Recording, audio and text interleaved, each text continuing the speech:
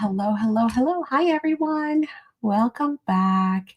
So glad you're joining us today. It's just Madison and I. Bernie's not here. Well, he's around, obviously, but he's not physically here. So, because we're just going to be doing some crafting and some chatting. So, today we're going to be working on the pocket tag from Craftreat. So, if you've got yours, which a lot of you already have it, then go ahead and break it out and let's play. Simply grab any collection you would like. Um, it doesn't matter. Just about everything will work on here. The biggest piece that you're going to need is going to be about a 5 1/8 of an inch. So that tells you that even a 6x6 pad would work in this case, or some scraps. So you can use whatever you have in your stash. Now, I know some of you just recently, just this past weekend, ordered these as well. So if yours is going to be on the way, then fear not. Just know that when you get yours, if you want to just come back and replay this, you will have it here for reference. However, it is so simple. Trust me, you do not need this for reference.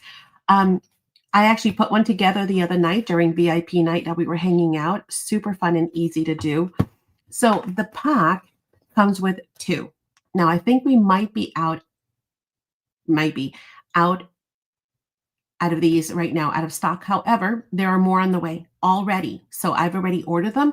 So it should just be like a couple of days, like not even a week before they arrive. So if you want to get on a wait list for these, just let me know. That way, as soon as they arrive, I can make sure that you get dibs. But the way that the pack comes, it comes with 2 sets. It comes with a craft color, and it also comes with a black. So you're actually getting 2 of the albums, not 1. You're getting 2 albums in the pack. It comes with everything that you need. So if you're not familiar with it, I'll show you it really quick. It comes with everything that you need to make a black one and a craft one, not this piece. So it comes even with the chipboard. It comes with the tags. It comes with the reinforcers. Everything is pre-cut and pre-scored. Okay, everything is pre-cut and pre-scored. And I'm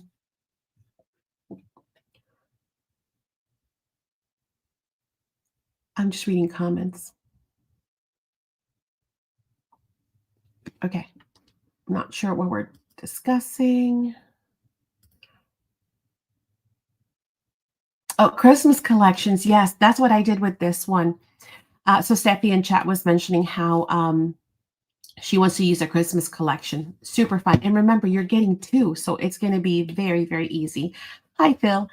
So hi to everyone coming in. I'm sorry if I'm missing some of you. Now, it comes with the full color instructions on how to put this together, but you'll also have this video as a reference. However, honestly, it's so easy. You won't even need that. So let's go ahead and put one together, and then we'll get to decorating, and I'll show you what papers I have in mind, and then you guys maybe can help me out to choose one. And then I'll show you a couple of extra little bonus things that I've done just to kind of make life easier. Okay, so this is, oh, sorry, I should have shown you. This is what it looks like. Okay.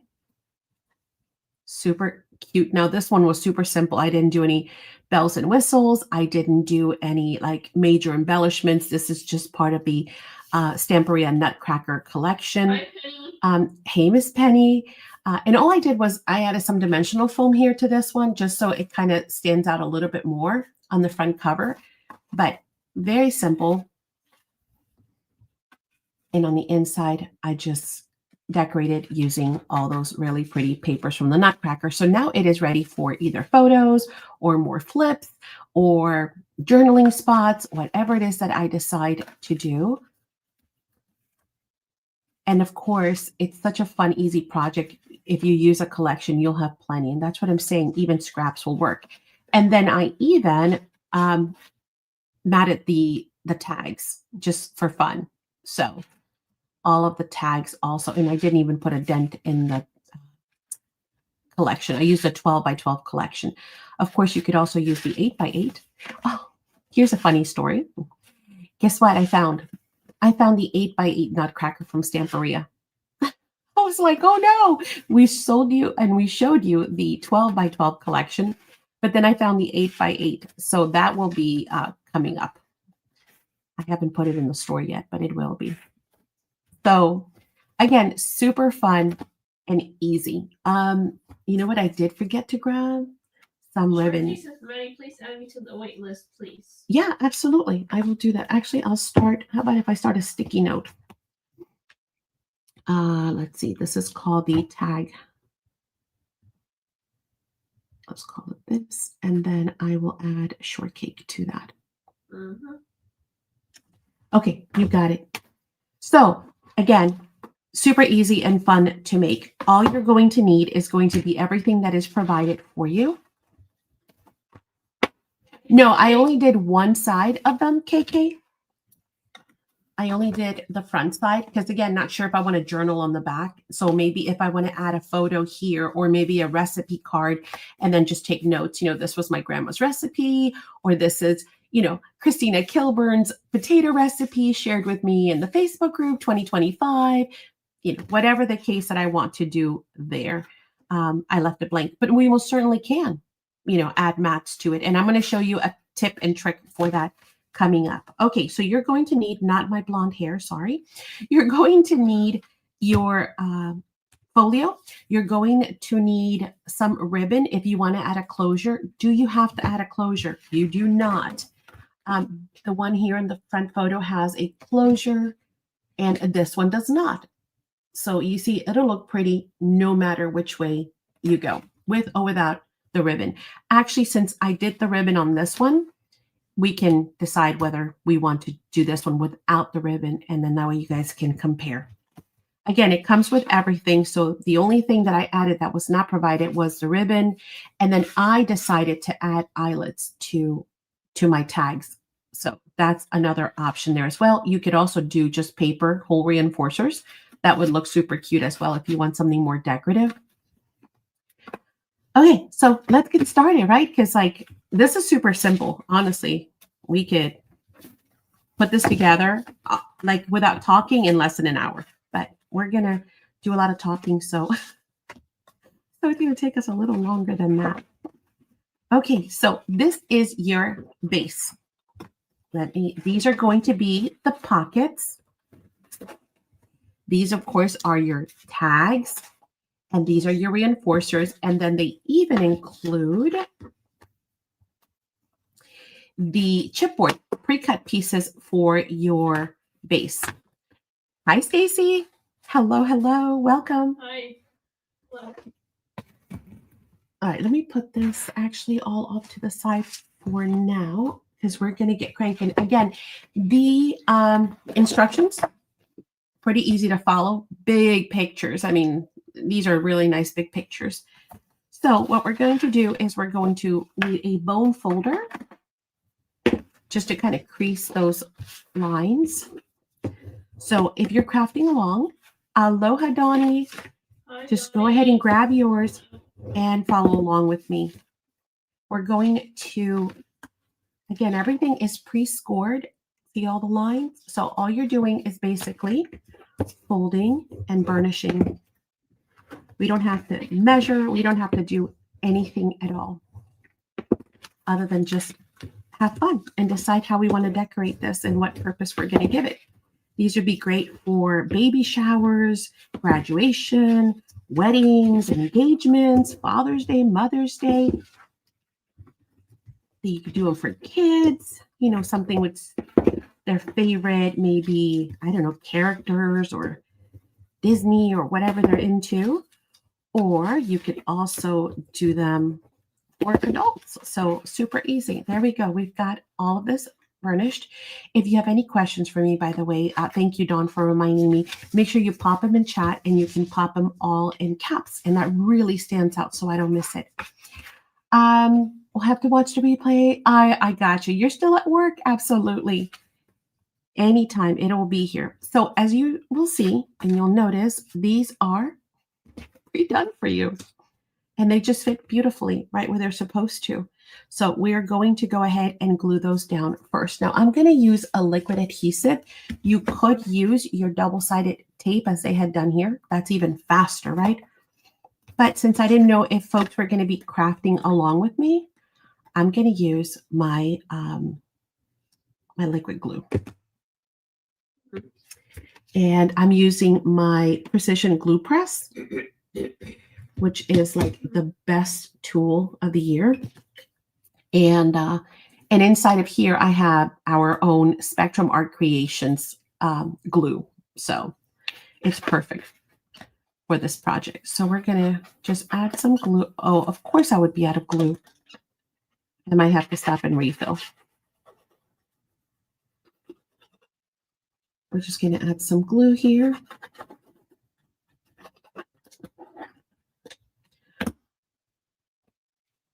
And this just fits right in there perfectly.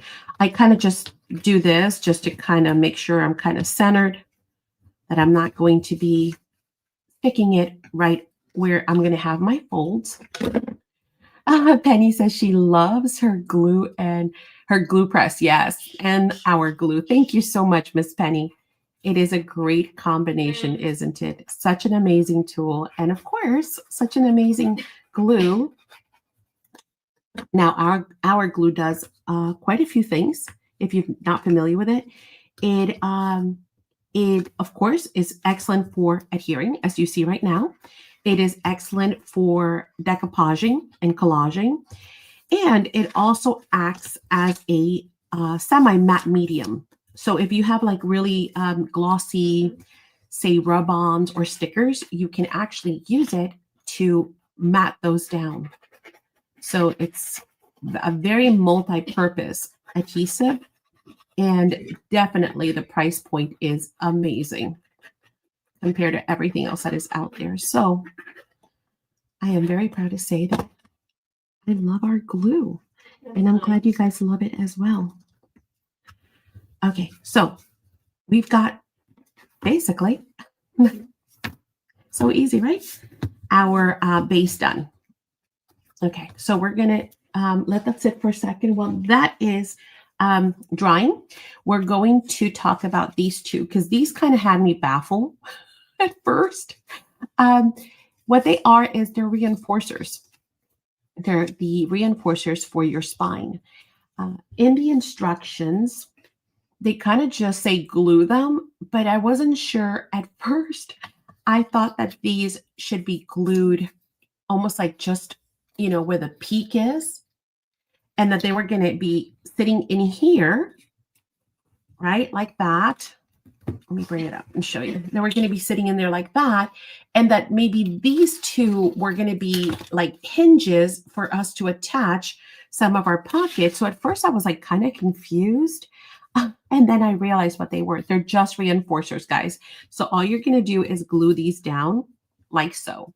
You do want to have a, you know, some kind of a bone folder that you can kind of get into that groove.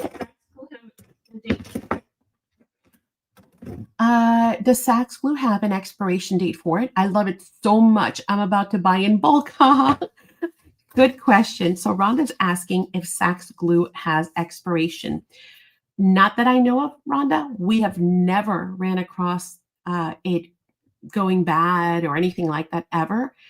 Now, I will say that we mix the batches so frequently that I can't say that I've had our glue on the shelf for 5 years, you know, and even personally, I use it so much that I just keep refilling that I've never had it for long, for like years on end. So, you know, I don't know what the shelf life on it would be. I don't see why it would have a shelf life at all. I don't think it's going to sit around that long for it to even become an issue. But that is a great question. I don't know. We've never had it that sit around for that long to know. So that's an honest answer for you, but a great question. So again, I'm going to kind of use my bone folder, my Teflon bone folder, and just kind of press that into that groove, right? And honestly, I could have probably done that first, let that dry. Winter and live in Sherland Steph wants to You know. live in the frozen tundra. Here's the good news. We have been shipping it now in cold weather for 3 years, and we've never ever had someone say, "Oh no, this froze." Now, anything could freeze, of course. I mean, you leave your cat outdoors and it'll freeze. So, can it freeze? Yes, but I've never had someone tell me, once it thawed out, it was no good. So, knock on wood, right? Hasn't happened yet. Never had to do a refund because of it. So, or an exchange. So that's a good news. And we ship all across, not only the states, but the world. So I'm sure it's gone through a lot of travel in those airplanes too, right? And it gets cold in those airplanes at those high altitudes. Because, yes, we've had to ship it overseas. Okay, so we've got, and you can see that by using your bone folder. I'll bring that in. See how nicely it does that. This is also, this one might be Studio Light, or it might even be Craftreat, to be honest with you. It might be Craftreat. So it's just funny that both of the items that I'm using just happen to. This is not sponsored by Craftreat. No, they did not send me anything for free for me to share it with you. No, I'm not getting any kind of kickbacks. It just so happened that I believe this is Craftreat. This might be Dress My Craft or Craftreat. Okay, so those are going to get just glued on there. They just act as reinforcers, which is really nice that they thought of that, right? Of course, you could also cover this with some fabric, and that would be lovely. Hey, Cheryl's Crafty World. Long time no Hey, see. Cheryl. Hello, hello. Hello, pretty bracelet, she says. So good to see you.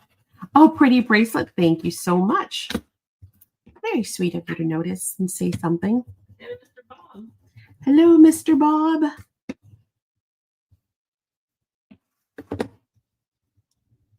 Okay. How have you guys been?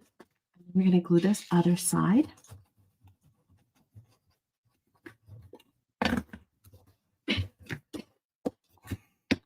I think this would look great in fabric. So when we get the restock, I'm going to be obviously making some more because these are super fun and easy to do. You don't have to do anything but have fun with it. Okay.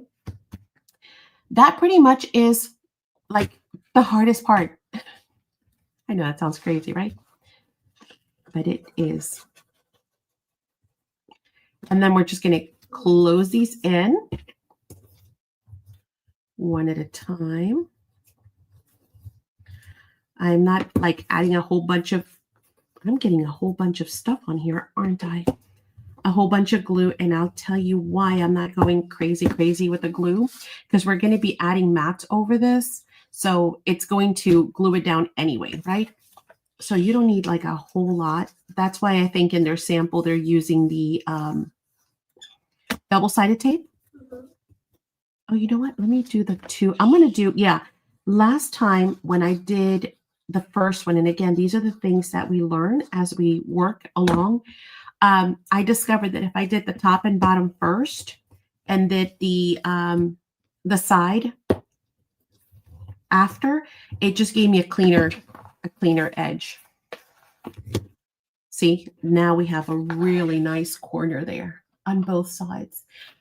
I found that if I did it the other way, it wasn't as clean. So again, those little things that we learned. Let me know if the camera's shaking a lot. I did notice the last time I was crafting, somehow something from the desk is touching the camera, which it shouldn't be, but somewhere they're touching. And whenever I shake my desk, then the camera's shaking, which should not be. But, I have to figure out what has moved that it's causing that to happen.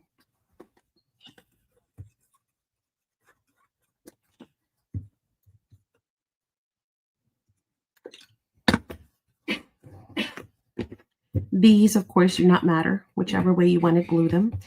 Now, if we want to add additional things, obviously, we kind of have to start planning ahead. So, for example, if you want to add your closures, your trims, you could have a lot of choices to do that.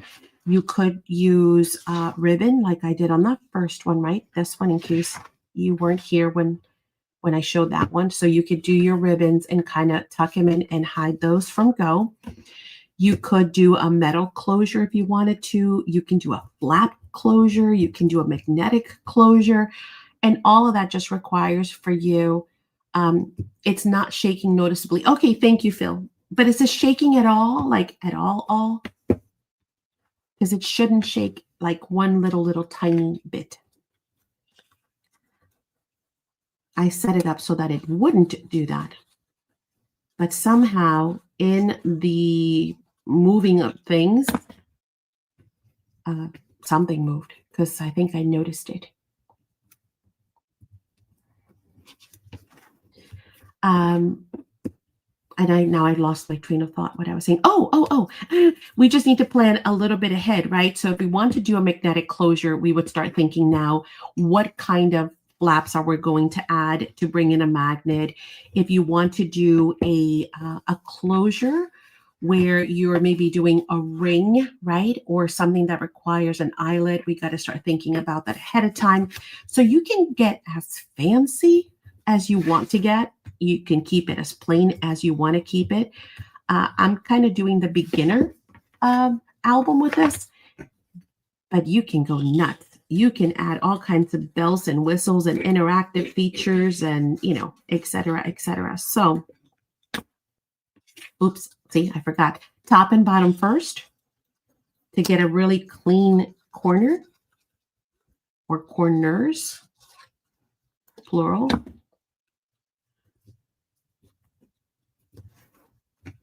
That one was kind of tight. So let's use our bone folder to kind of, again, when you use your bone folder, you're stretching that paper. Remember, the paper is getting wet, right, with your glue. And then the fibers are going to stretch. So as you, and I kind of over glued it, as you're pulling, that is going to obviously stretch those fibers. And that's exactly what you want, for it to become pliable. And then it's better to kind of take your time doing it than try to do it too quickly and perhaps crack the paper. And don't over glue like Maddie did, because you end up with excess glue everywhere.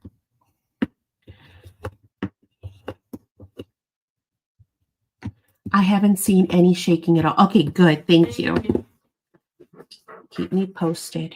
Again, it's better to know than not know. Give me 1 second. I'm going to get a wipe. Because somehow I am being a super messy crafter right now.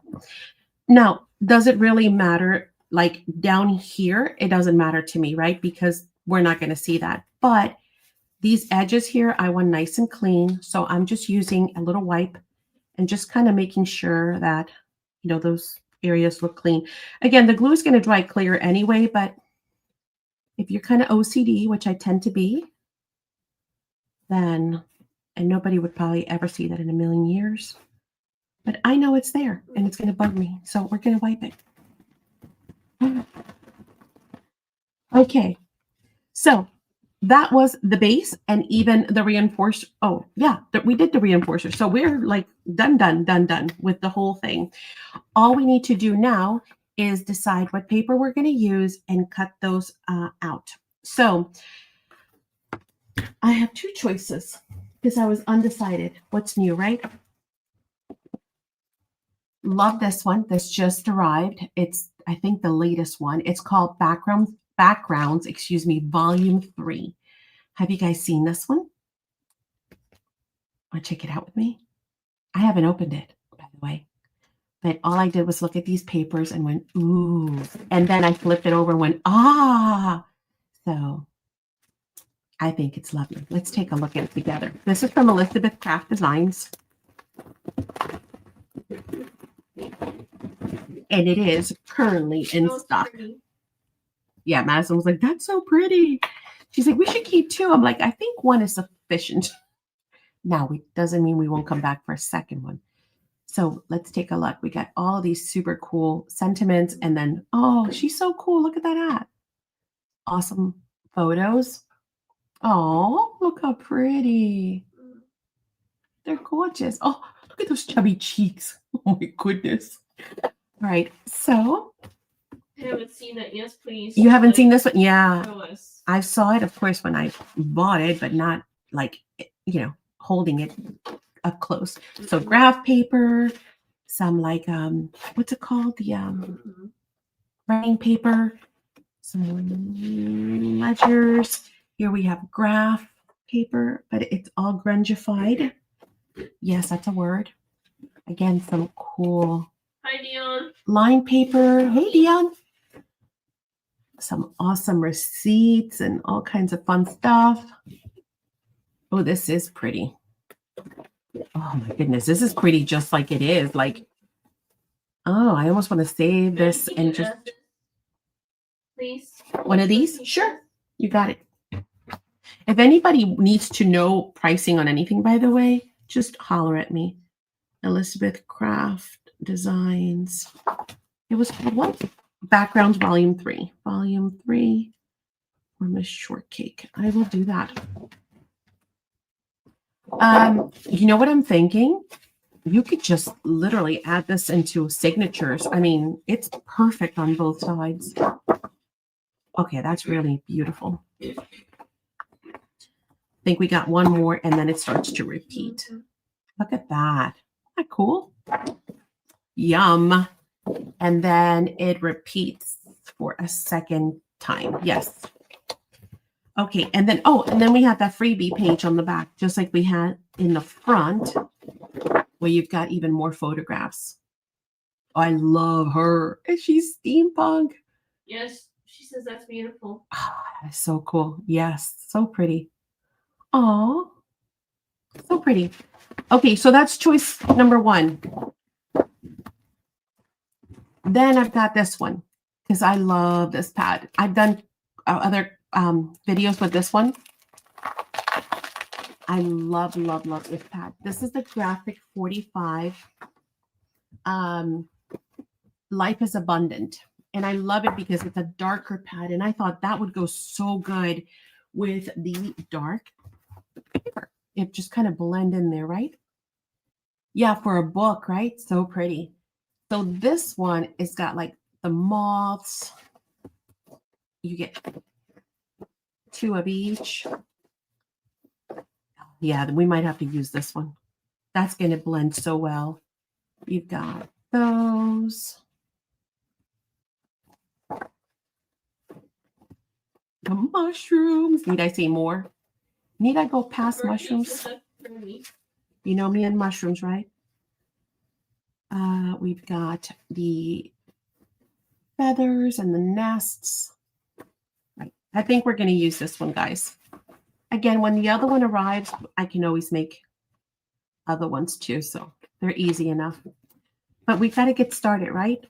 I'll just kind of do a quick. Oh, here's another cool thing about this one. This is a monthly one, so you get June and July and August. So this is another good one. September to do like a project, like a yearly or an agenda or a journal or photo albums or monthly layouts for the upcoming year for 2026, because you've got all 12 months. October's the owl, November's got those gorgeous leaves, and then December's got the pine cones. And they have like the little postage stamps, the sentiments, the buttons, all that stuff. Like every page has the same thing. You get the stamps and all that. And I think these would be great, don't you think, for ephemera, for decorating on the inside? Like these will fit perfect. Okay. Bye. Yeah, you're getting Mary Engelbright. Hey, Amy. Yeah, you get that vibe from it? Cool. Yeah, the colors. Okay, so I say we use this. So now the reason why I'm kind of stopping here is, yes, we need to pick some papers for the inside. Now with the 12 by 12, by the way, it goes from side to side perfectly. Here, let me grab. So the 12 by 12 really is nice for doing this. You see, if you want to use one whole piece, like I did here, this with this and this was one whole piece. And then on the inside, that kind of, the garland continued here, although it's hidden, I know. And then it came out this side, you see? So if you want to do like something continuous with a 12 by 12, that worked perfect. It fits perfect, okay, to do the whole thing on the outside and, outside and inside the same way. However, like we talked about, do you have to do it that way? No, because you can even use scraps and be like super eclectic, right? So what do you guys think? This one or this one? Oh, I can't decide now. I love the black colors. I'll let you guys decide in chat. All right. This is choice number 1. This is choice number 2. Only pick one, though. Only pick one. Go. Tell me, which one are we using today? And that way we can get crafting. I'm going to get my paper trimmer. In the meantime, ooh, 1 says Stacy, 1 KK, 1 Amy. Okay, we're feeling 1. I am shocked. I almost thought it was going to be really, really hard. Okay, hey Cindy, 1 KK, 1. Okay, Amy, 1. Let's do this then. That's it. No more picking. All right. Oh, Steffi says 1. Yeah, everyone was feeling the 1. So now I need to decide what do I want to do for my cover. Here I did a double mat, right? So I've got this mat underneath, the checkered one. And then I, like I said, used dimensional foam and popped this one up just a little bit just to give it something. The rest is just double matted. Do we want a double mat, or because we're live, should we keep it simple? Not that the other one is difficult, by the way.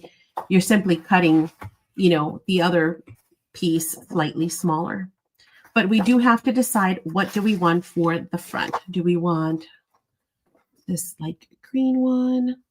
Do we want, teal? And again, it's not to say we can't do teal and green on top of it, right?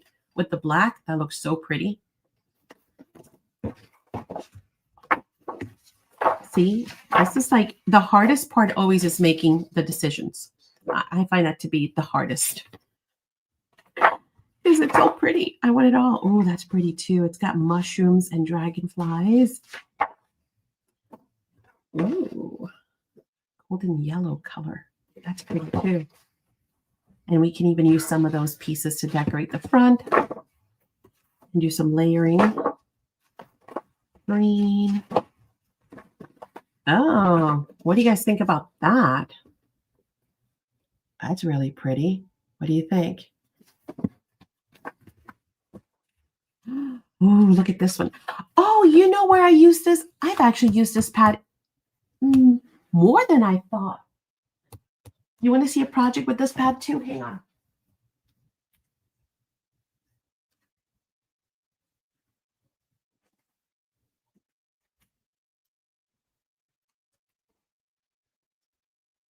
And there's a video on this also. We did this box. I just remembered because I remember the paper that I put here. We did this super awesome box, sorting box, using that paper line. And then I did another project, which was the, that one's a really fun one that we did from scratch. We did a tag folio that opens up and has all kinds of pockets and flips and stuff. So you can look at that too. So, man, I really love this line. All right, we need to decide. That's it. We need to decide.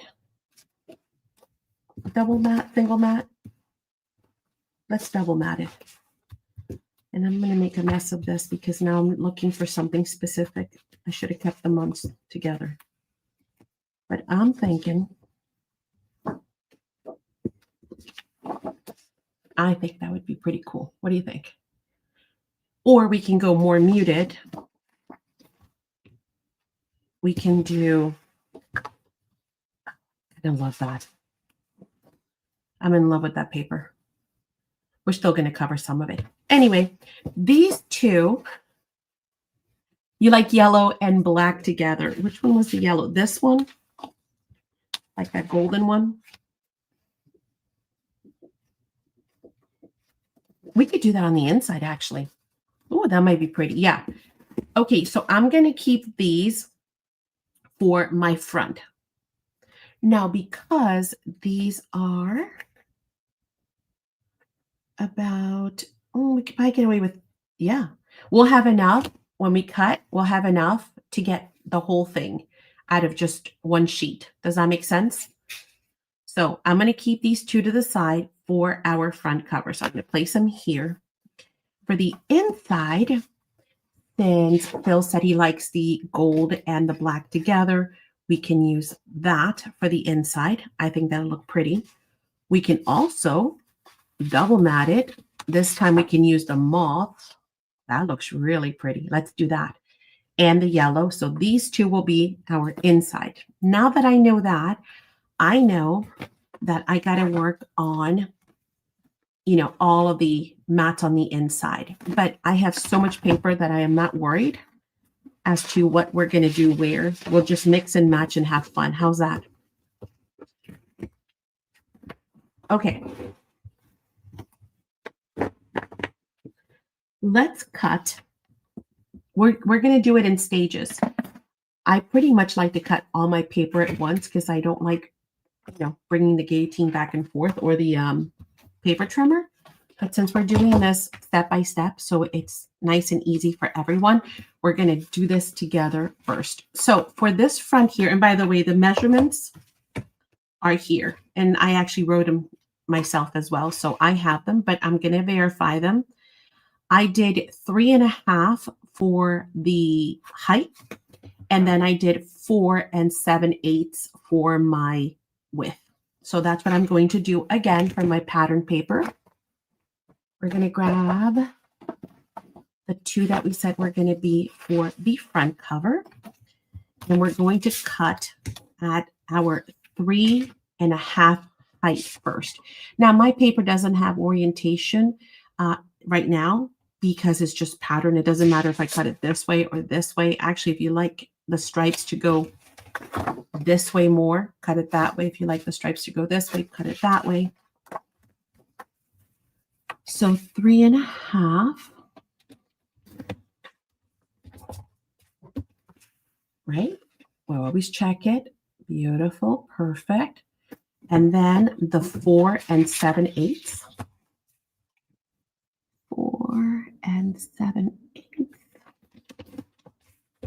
Okay, so we've got our first piece. We're going to do that again for the back. So again, from 1 8x8, you've got enough.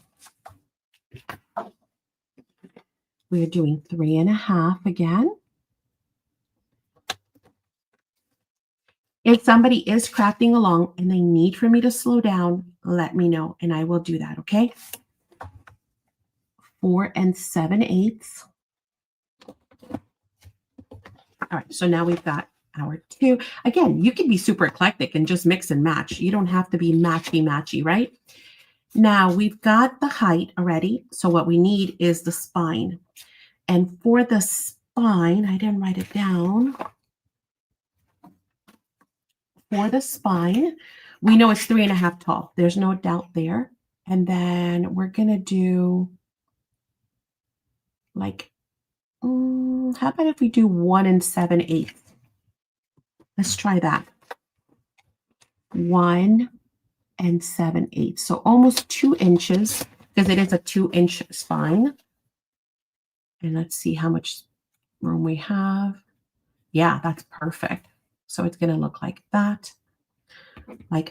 And did I already lose a mat?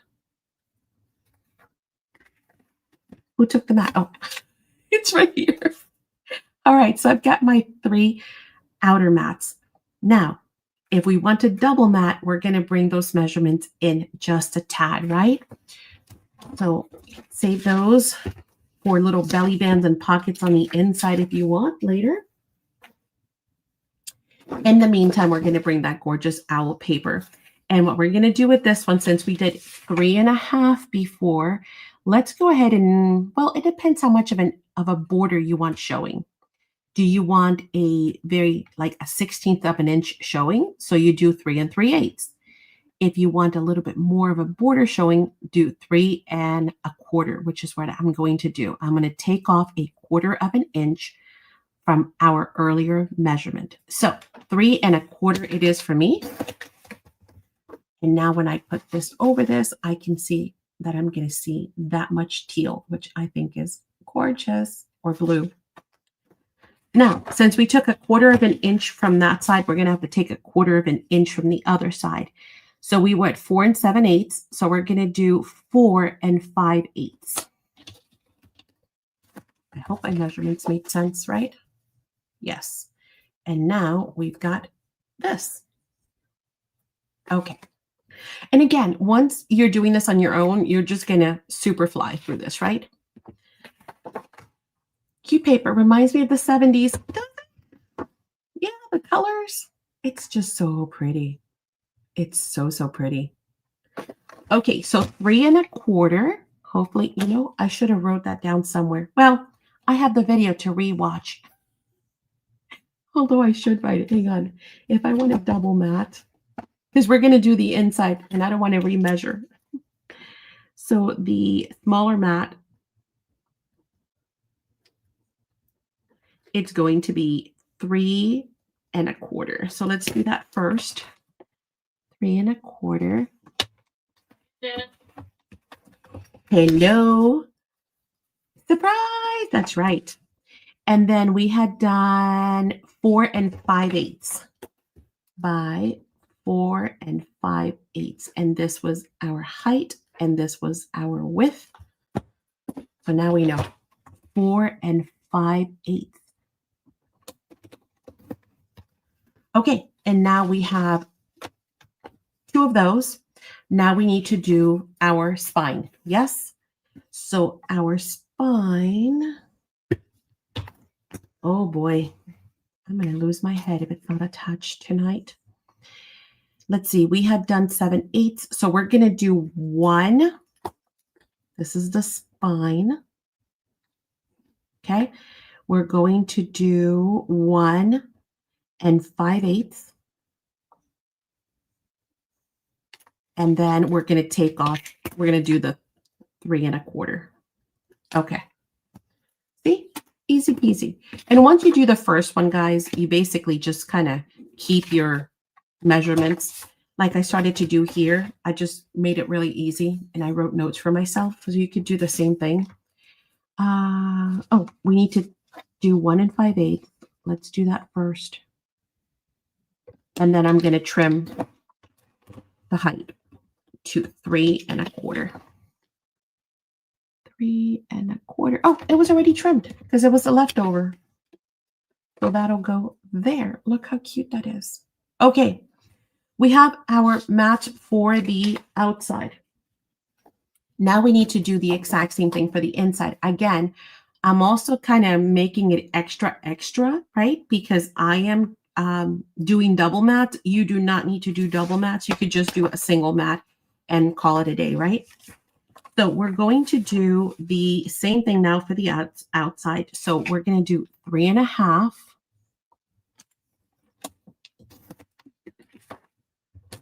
4 7/8. All right, there's one. Another one. 3 1/2. Now, if you're using a guillotine, which I normally do when I'm trying to do projects really quick, then you would just cut both papers, all papers at the same time, and that'll save you a lot of time too.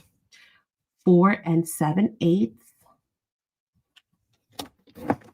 All right, we have the 2. Then we need the spine. I didn't write the spine.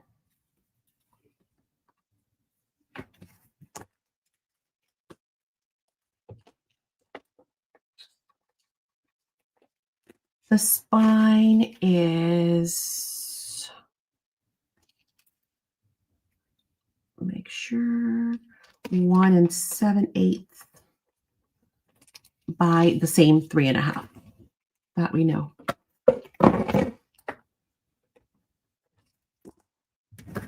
And I'll just keep those for future reference. So 1 7/8. I should match this. It does. And for the inside spine, just know that you're not going to see a whole lot. Remember, here, I'll show you. So, if you're using like if you're really chinsing some paper and you only have to decide, well, do I want it for a pocket or the spine? Like that's how much you're going to see of the spine. That little sliver, okay? And then that little sliver there, and then nothing here. Not really. Okay, this is just an extra piece of scrap paper I had just because I wanted to. And you can do the same thing here if you wanted to. I just didn't feel the need to do that. Now, because of that,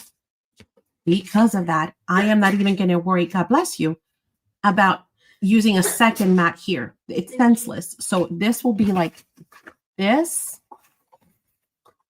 right? And then all we need are the 2 mats that are going to go here. Again, if you feel like you want to double mat, you do not have to. So I'm just being extra.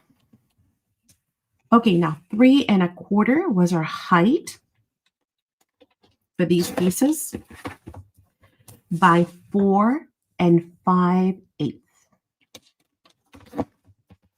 So that one will go on that side. And then this one will go on the other side. Again, 3 1/4 by 4 5/8. It's just like repetition, guys. Super, super simple. Very easy. Okay, and we've got leftovers even from just those 8 by 8 pages. Now, we need to also make another decision. Are we going to do anything else with this? Like, do we want to add, as I mentioned, a closure, ribbon, maybe a chain, a magnet? Nothing. Either way, it's perfectly fine. If you're going to add something to the spine, which I was thinking, now that I buried everything. 1 second.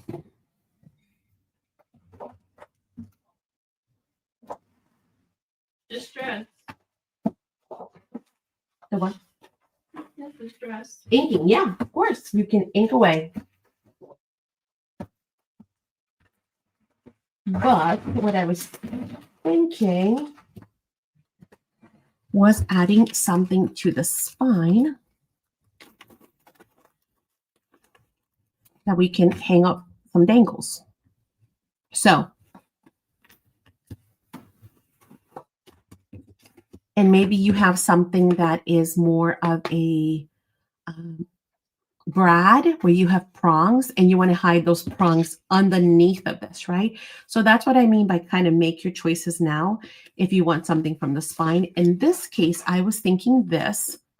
Now this, I could use the mini brads in there to hang that off of my spine, but I could also, and it kind of does have, see this? Can you see the prongs on there?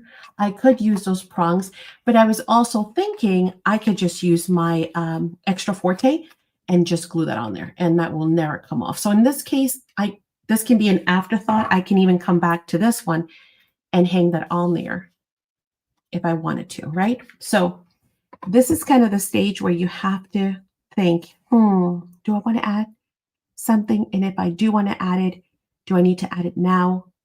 Under what layer am I going to be hiding it, right? So that's just kind of a word of caution when you're putting yours together to make those decisions at this stage. Since I'm going to be adding this, I can add that at any time. I'm not worried. Closure. What do you guys want to do? Do you want to do, should I do a ribbon again? Or should I leave it without? Again, this one has a ribbon closure. This one does not. This one that I did, the first one has a ribbon closure. Shall we do it again so you guys can see that? Or should we leave it as is? I will wait for chat. In the meantime, just in case you guys say ribbon, I'm going to go, well, no, let me wait and see what you guys think. Shall we?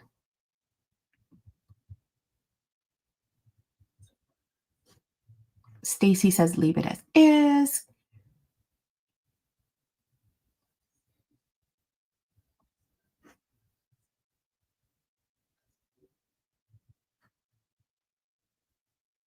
And you know what? While I'm waiting, Keki's right. I could be inking up.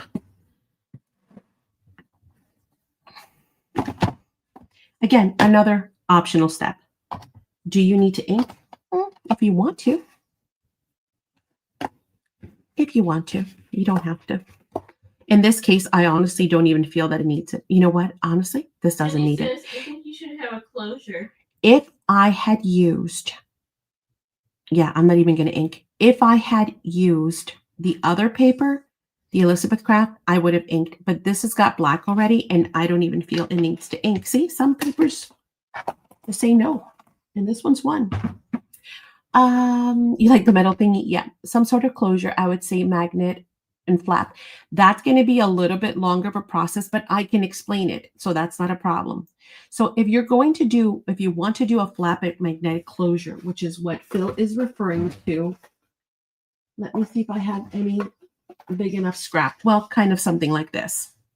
So imagine that it is the right width, right? So we're going to pretend that this piece of paper here is this wide. All you have to do is come in, score, right? You're going to score it. You're going to decide, obviously, nothing past that, which you have your measurement for the spine. And again, if I was doing this as a class, I would probably show you how to do that and do it with you. But since this is a live, I don't want to keep you here for 5 hours. This is a 2-inch. I would take this over to my scoreboard and score this at 2 inches again. So let's pretend this is 2 inches measured. Okay. And then you would have something along these lines. Then, of course, you would cut it here, add your magnets there, and then that would be your magnetic closure, right? And then this would get hidden underneath those mats. So magnetic closure, very easy to do. Steffi. Oh, okay. So Steffi was asking the exact same thing that I just showed. So super simple, Steffi. You would cut a piece of paper that is 3 3/4. You would basically replicate this 3 3/4 by, I would say, let's do 1 inch plus 2 inches. A 4-inch piece would plenty suffice. Okay. So cut a 4-inch piece by 3 3/4, score it at an inch, then score it at 2 inches. 1 inch would go here, 2 inches would go here, 1 inch would come over for your closure. Okay. Add the magnets here, add your decorative pieces. If you want to reinforce it, just use a piece of chipboard as well here. So you're basically replicating the spine on this side. It would be attached here. And then it would simply wrap around and you would have your magnets here before you add these panels. And that's where your magnets would be. Okay. Does that make sense? I hope so. When I do the classes in the academy, we do plenty of those. So if you want to definitely, do step-by-steps on those, super easy. Okay. So what was the consensus? I think you should have a closure, some sort of closure, I would say. I like the metal thingy. Okay. I don't see comments that. You're welcome. Of course, my pleasure. If you guys don't mind waiting, I can show you how to do it live. It's not a big deal. I can definitely do it. It's just going to add, I don't want to have false advertising because I said we could do this in an hour, which we can. But, obviously I'm stopping to answer questions and chit chat and give you measurements, that kind of thing. So I leave that up to you guys. In the meantime, since I know I'm not going to do anything on the inside, how about if I start adhering the inside? And we're going to start with adhering the double mats. By the way, it is freezing here. I know that sounds kind of weird, especially for those of you who know that we live in Florida. But it is going down to like 30 degrees tonight. And that to Floridians is cold, right? It could snow. That's crazy. So I started laughing because I noticed that my glue got skin on it like that quickly. And I was like, wow, like I have to leave it overnight for the skin to usually form, right? And then I remembered it's because it's freezing in here. Actually, it's not that cold in the house, but outside, ooh. I'd like to see the magnet flap. Is everybody else okay with that? You guys mind if I take a little extra time and show you how to do that real quick? It doesn't take but not even 5 minutes. But again, this is for you guys. This is not for me. Watch out for the falling ignas. Yeah, exactly. Steffi says, watch out for the falling iguanas. That's right. Not here. We live in northern Florida. That's like South Florida. An iguana can never survive up here. Yes, Katie says yes. Yeah, you want to see it, Kiki? Okay, we can do that. We can do it. And then, of course, if you're watching the replay and you're like, I don't want to see that, I'm not interested, you can just fast forward. How's that? So I'm going to go grab a piece of black cardstock, just a scrap piece, no biggie. And then I'm going to grab a little sliver of, you got it. Okay, so the majority, if you want to see it, a little piece of chipboard. Okay, give me 2 seconds. All we hear about Florida, it gets cold and people talk about iguanas. Yeah, no, that's South Florida. That's not North Florida.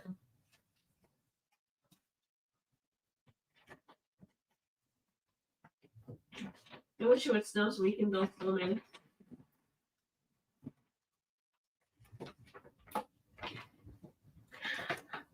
I'll put it to you this way, Steffi. We had snow last year here in Florida. So, all right. So this is my gorgeous scrap of chipboard. Love it. And I save them, you see, because you never know when you're going to need them. That might be a little too thin. This is probably perfect. Now, I don't save like super tiny ones, but the bigger pieces, just like scrap pieces of cardstock, I do save. Let's bring the paper trimmer back. And now I'm going to walk you through what I had said verbally, which I already forgot the measurements. I know it is a sad world. Maddie can't. My dyslexia, it's real. So 3 3/4. Say it again, 3 3/4. Don't need that. 3 3/4. Don't need that. Okay, now this is how you want to decide. Like I said, I'm going to do an inch. So we're going to bring the scoreboard over. This has got a built-in scoreboard. I keep forgetting. This tends to mess people up because the scoreboard goes from, it's super easy when you're looking at it, but on camera, I know you guys usually have it. I'll get the other scoreboard. Debbie says we got snow last night. Brr. Yeah, I'll stop complaining about my cold weather then. Okay, we're going to go ahead and score at 1 inch. So 1 inch, that's going to allow us to hinge this on this side now. Got it? All right, that's going to be what's going to attach here. Then we know we have a 2-inch spine. We'll remeasure again just because 2 inches. So now we're going to bring this back at 2 inches, which is going to be 3, right? So we scored at 1, we scored at 3. 1 plus our 2. And then this way, this won't alligator mouth on us, right? It's going to stay nice and square like this. And now we just need to decide how far out we want to come to attach our magnets. You can come all the way out here. You could, I wouldn't do anything less than 1 inch, basically. So what I'm going to do is I'm going to go ahead and cut this at, and I should have done that to begin with. We're going to cut this at 4. Okay. 4 inches. So we now have a 4-inch piece with a 1-inch flap, 1-inch flap, and 2-inch spine in the middle, just like this. That's all you need. Then we're going to grab our chipboard piece, which hopefully it's 2 inches. Well, look at that. Shazam. I got lucky. So we're going to cut this at 3 3/4. I did not cut. And that's going to give us our spine reinforcer. Okay, just like what we did here, we've now done it here. Make sense? 76 to 80 degrees and 50 miles an hour. It's actually awful. Okay, was that easy enough, guys? This is how I build projects from scratch. When I teach you guys classes, the original projects that we do in the academy, you just kind of work the math backwards, right? Callie is 82 degrees. Oh my gosh. Yeah, no, thank you. That's a little much. Yes, thank you, Maddie. Shortcake says. Yes, of course, my pleasure. Okay, let's go ahead and glue this in. You see, it didn't take more than 5 minutes. I told you. And that's what chit-chatting, explaining it, what we're doing, why we're doing it. It's even quicker when you do it on your own. I'm going to leave that there. To it here. Make sure it's folding nice. Okay. Now, where were we? We did these. We decided that we weren't going to do anything with the center, you know, as far as meaning the outside. I don't need, we could put an eyelet in there. That would look kind of cool, right? We could. And then do a jump ring. So, I mean, see, there's so much that you can do. Now, in this case, we're just going to glue these down because this has nothing to do with the inside. It has everything to do with the outside.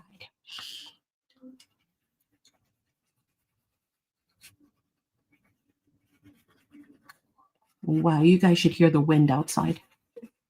Windy out there. We have palm trees, and you can hear the, the branches. The fronds are just like going crazy. And that's if we hit 77 today in California. Oh, that's nice. That's gorgeous weather. Now, again, this does have orientation. As of right now, my album does not have orientation. So if I glue this upside down, no big deal. I just flip it this way, right? However, be cognizant of that. If you're going to use papers that have orientation, you're going to have to be careful and keep that in mind when you're doing your covers. Okay. We do that. And again, we're being super extra tonight, guys. I mean, we're adding extra mats. We're adding magnetic closures. I mean, we're just kind of going berserk at this point. Look at that bee. Oh my goodness. It's a fluffy bee. I think that's a honeybee, right? No, bumblebee. Bumblebee are the fluffy ones.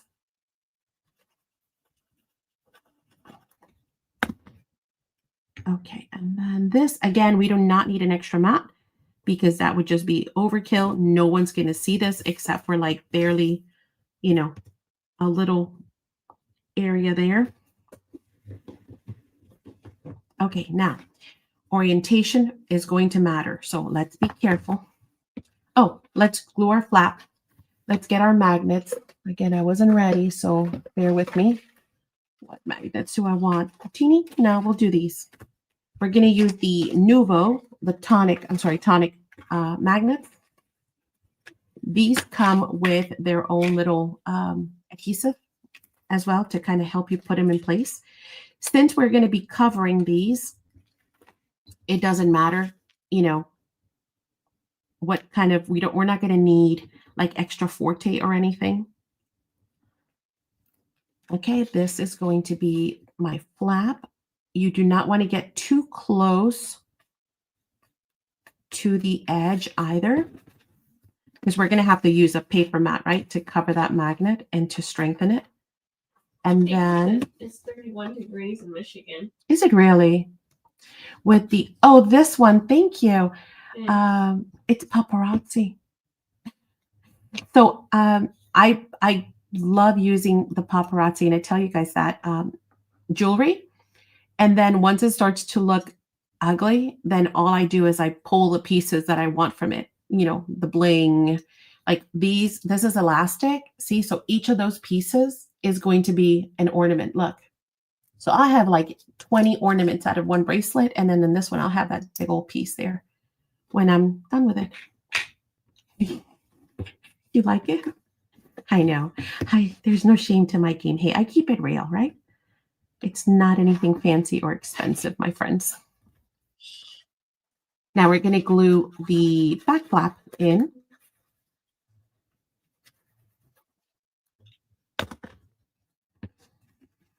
Oops, look, I almost glued it wrong because I'm not looking at orientation. Orientation matters in this case, so we're going to keep an eye on that. Oh, that's going to be awesome. Look at that. We got a cute little box. Now, we're going to take the opposite or the other magnet, excuse me, and we're going to let it self-attract. And actually, wait, I just noticed that magnet had, I guess I started using it for another project because it's got gooey on it. That would make a nice brooch, Phil says. Right? Yeah. All right, self-attract. Then we're going to grab our little adhesive, put it on the back, peel it off. We're going to bring that in, line it up so it's nice and even from the top and the bottom, so we're not all kind of cockeyed. And we have got our magnetic closure. Now, it's only being held on by a little glue dot, so I'm going to try and be gentle. Sometimes I like to use my craft knife. And then what I do is I kind of wedge it in between the two and separate them. And this is just because I'm impatient. I could have used extra 14 with it, but you know, not going to happen. We lied. Okay, so now we've got our magnets perfectly positioned. We are going to have to do a little bit of extra mat, cutting because we decided to create a whole nother piece that wasn't part of the game, right? So I'm going to need a piece for here, a piece for here, one for here, that kind of thing. So let's go ahead and measure those out. Again, we're doing this on the fly, right? Actually, this we pretty much know. Couldn't we use the same measurements we had here? We most certainly can. So we have those measurements, guys. That's going to be easy. This one, and again, you could have done it wider if you wanted to. This one was an inch, so we're going to do, let's do 7/8. Let's just go, or even 13/16. Am I going to double mat this? I don't know. We're going to do 13/16. And we know the height is consistently the 3.5, right? Yep. By 3.5. Again, this turned out into a whole lot more than was intended. Me?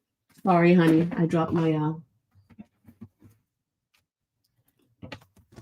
And honestly, we've got extra pieces. Now, of course, I went ahead and bent one, but if I hadn't, I probably would have had enough pieces left over to do this anyway. Is this 3.5? That is 3.5. So let's do 3/16. Where are you?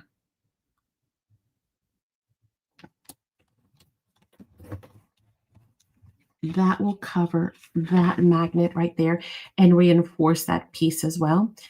You could have gone even a little smaller, I think. I doubt that I'm going to get a sliver out of that. Let's do 7/8 and see how that, again, this is just scrap, so it doesn't matter. We can play with it. Yeah, Yeah, I would definitely say 7/8 instead. So we've got the 7/8 for the, I just close it again, for the front. Then we need a yellow one for the inside. Where are my yellow papers? Do I have any of the yellow? Oh, here we go. All I need is 7/8. Yes. By 3.5. I'm just using the leftover scraps. So literally like no waste. Look at that. Right, Rhonda? Well, if that happens, it's no big deal. But before I keep doing it, I'm going to glue this one in place so that I don't have to think about it anymore and forget it. So whenever you do your magnets, guys, again, this is why classes, when I teach classes, it's so important that you join this classes because it's not just about the project. It's about tips too. It is really important that you adhere your closure nice and well because remember, this is a functioning part and it's going to get played with. It's going to get open and closed and open and closed. At least that's what we hope, right? Because when our handmade stuff gets loved on and used, then we know we've done something right. If you give this to your mother, your mother-in-law, your brother, your sister, your neighbor, your pastor, your school teacher, whomever, and they open and close it and play with it lots, then you know, job well done because they love it. Okay? We forgot to cut these. Yeah, it looks perfect. I like it better. I agree. The other one was just a little too, it didn't have enough of a black edge around it. I didn't think so. So I agree. We need to cut some of these. Oh, do I have anything left? Yes, we do. Yes, we do. Look at us. And they are the perfect height because we had cut them for the other pieces before. So this was, we're just replicating the same stuff, guys. 3.5, confirmed, 3.5. This was 1 7/8. The 7/8 does look good, Maddie. Don't fix it. Yes, thank you. We'll do it again. And then the mat with the dragonflies was 1 3/4. This is the same one. Yeah. 1 3. Oops. Let's get the height first. The height is perfect. So we just need 1 5/8.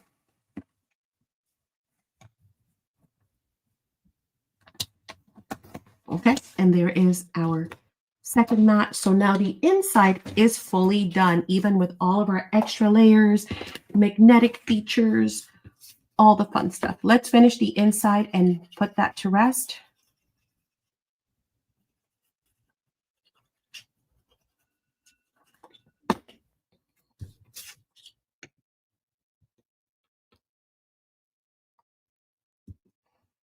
Easy, right? Beginning to end. Super easy. So pretty. I'm so glad we have 2 of each paper and that we only had to use 1, even though it was just an 8x8. We only ended up using 1 of each for all of this. So it's like that perfect size that lends itself for even your 6x6s. Now you won't get, you'll have to do multiple pages, but look how pretty that is. Could we do another piece here? We could if we decide to. Should we do one? We're here already. In for a penny, in for a pound. That's the outside. This is the moth. Yep. And is that the right height? Yes, it is. Look at that. Wait, this is the outside. This is the mushrooms. That's the wrong piece. This is this piece. Short case says no waste project TC. Right, exactly. That's this one. Yeah, we had settled. Oh, I had another piece on the paper trimmer. Yeah, that's the same one. We had said 7/8. So now let's take this down to 3/4. 3/4 of an inch is what we're going to do. And we can continue. Oh, it actually continues the moth wing. That was not intentional. Not intentional. Again, these things sometimes are not planned, and they play out perfectly.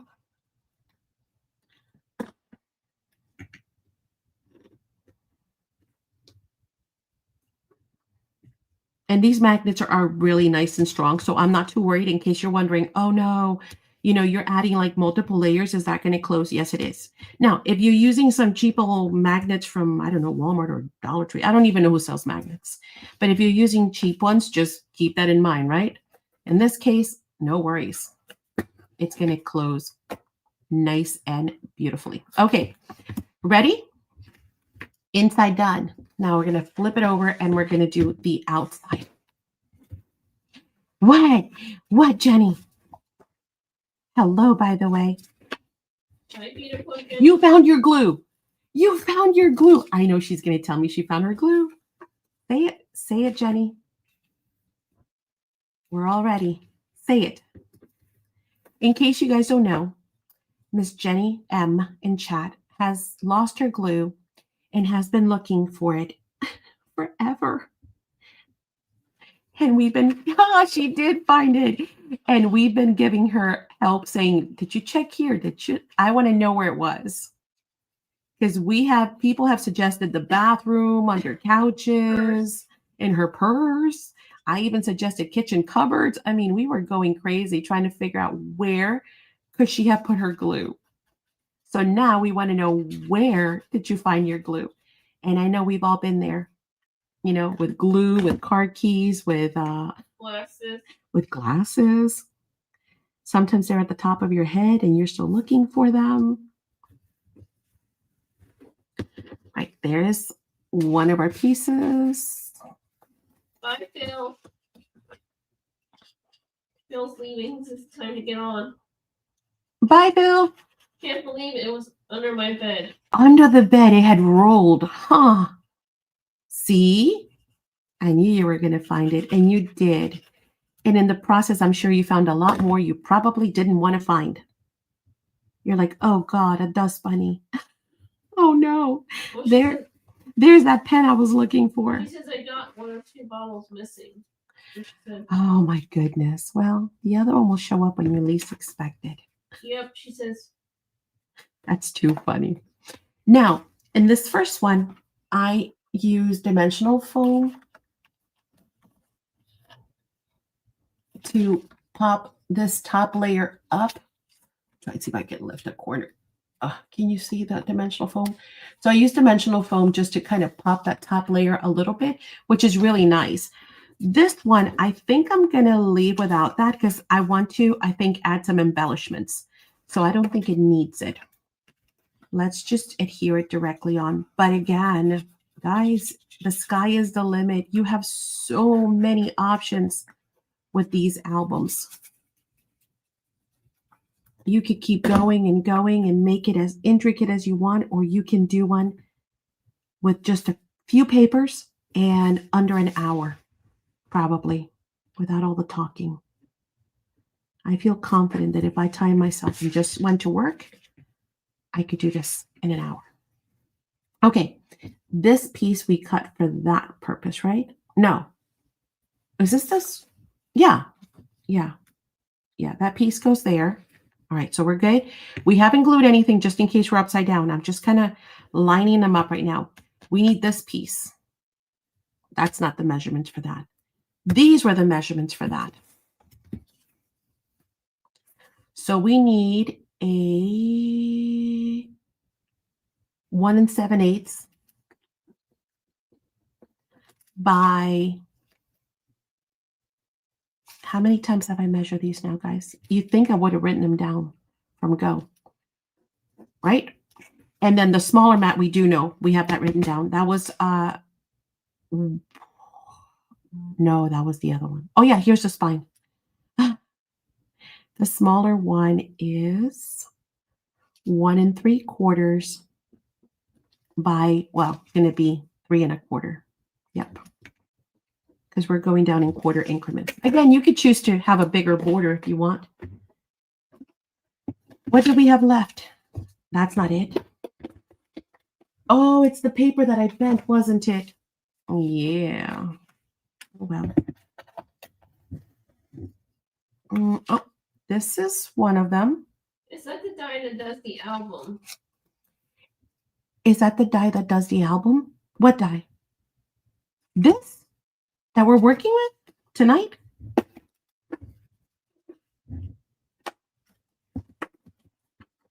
Well, bummer. I used the other one too. I think we still have some scraps that we can do this. Oh, yes, I think we do. But we need the blue one.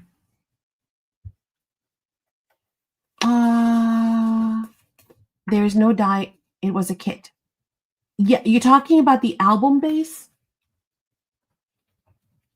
Make sure I understand the question before I answer it.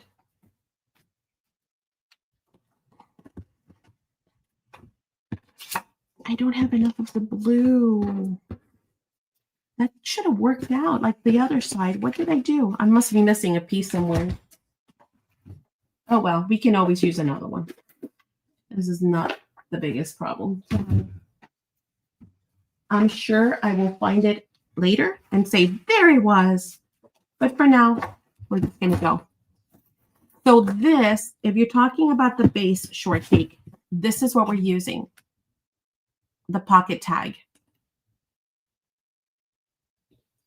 I'm not sure if we're talking about something else. Okay, what do we need? We need a 3 1/2. That's the blue. Yes. 3 1/2 by 1 7/8.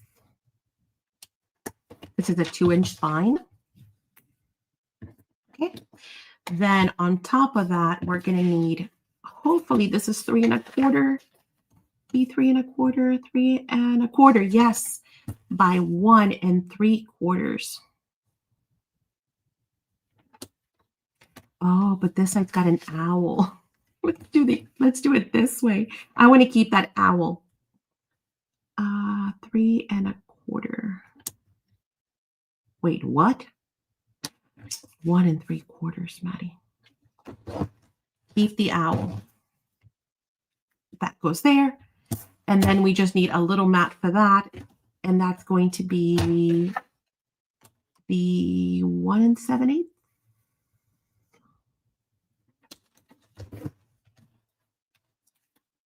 And that goes there. Okay. We're done. Oh, I actually had some extra pieces here too. Okay. Now we've got our front cover done as well. So I'm going to move these off. Actually, let me glue these down. Make sure that the sizing looks good. Yeah. Okay.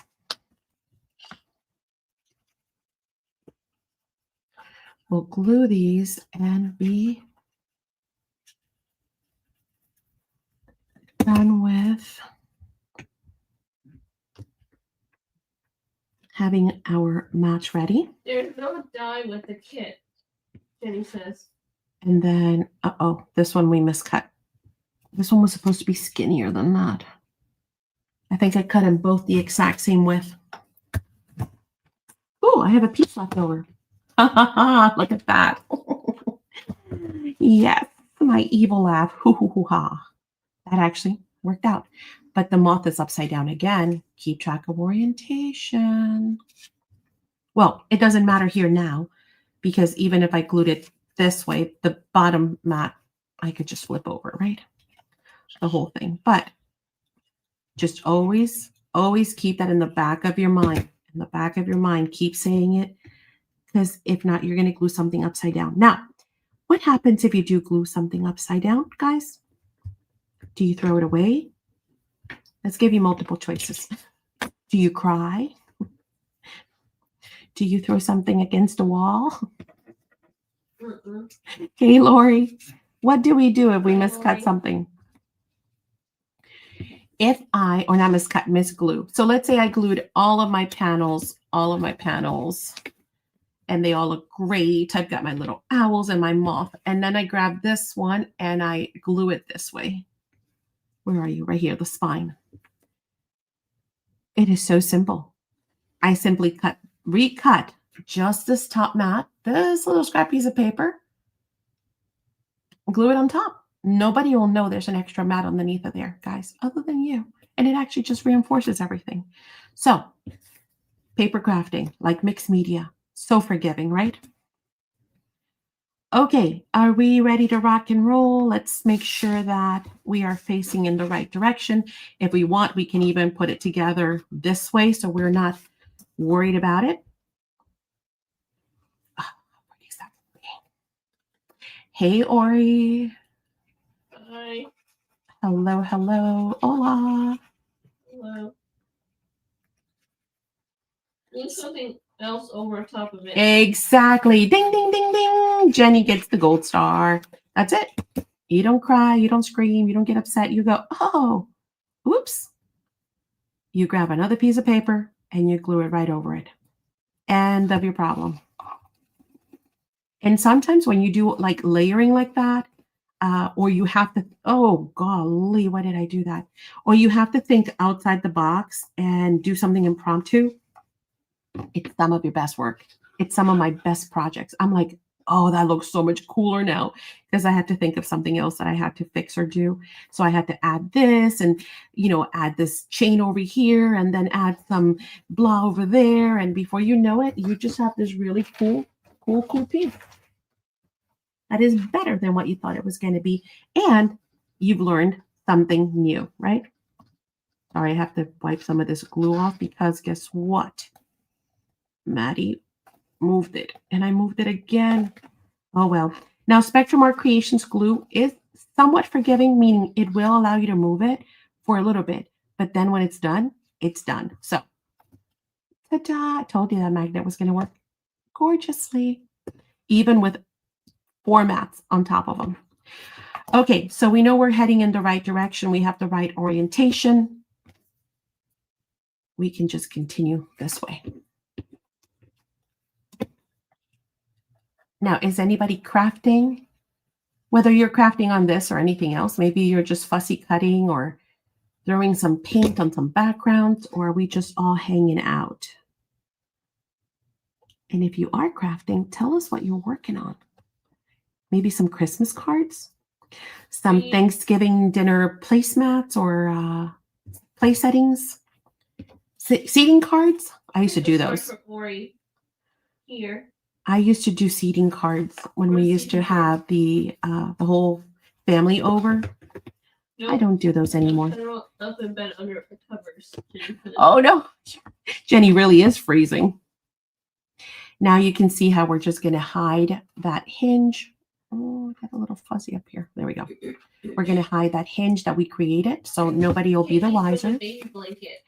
Ooh, are you knitting? Is that what you're doing? Or is it like sewing, like quilting or crocheting? No. Here. I don't think you can crochet a blanket, could you? Ooh. That would take forever. Crafting the Kaleidoscope Bug Picture Album Kit. I'm crafting Kaleidoscope Bug Picture Album Kit. Ooh, cool. Sounds fun. Now, there is a Kaleidoscope line that Graphic 45 of all people, that's what we're using tonight, had. It was so beautiful. It's been retired for a couple of years. We still had a little bit left of it. It was super popular. It was so pretty. Yes, very colorful. Crocheting. Wow. See, I can't crochet, so my admiration goes out to you, my friend. I love that owl. He's just adorable. So I'm going to put him here since I'm not going to do anything on the flap side of this. On the spine side, I'm going to use a little knocker hanger thing to do some kind of a charm. Yeah, or it says, yes, you can crochet a blanket. Doesn't that take forever? Like knitting to me, the gauge or whatever, it's so much thicker. So I would think it would go faster. Wouldn't crocheting take forever? I would think. Again, I do not crochet or knit. Well, I've used a loom to do some knitting, I guess if you want to call it that. But that's not really like, people who know how to count stitches and all that stuff. It's not the same thing, I'm sure. It was still fun. I loved it. Mm-hmm. Maddie, I remembered you mentioned you like the chicken wire razor cut outs best. Well, I love it too. The chicken wire laser cutouts. Oh, you mean like the, yes. I know what you're talking about. I love that stuff. I love to just tear some of it. It looks so beautiful.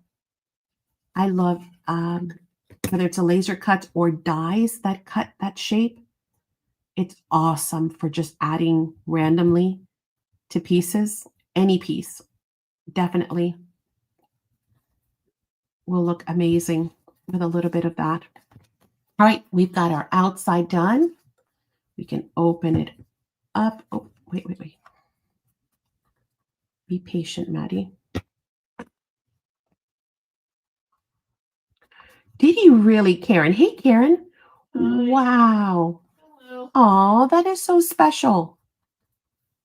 Yeah, the 49er Market lasers. Love them. Okay, so we've got our outside and inside done. Super pretty. Takes forever. Messed up with the count of crochet more. Takes forever. I messed up the count. See, I thought crocheting actually is the one that has. Okay, maybe I haven't done either, so I'm glad you guys are sharing some info with me.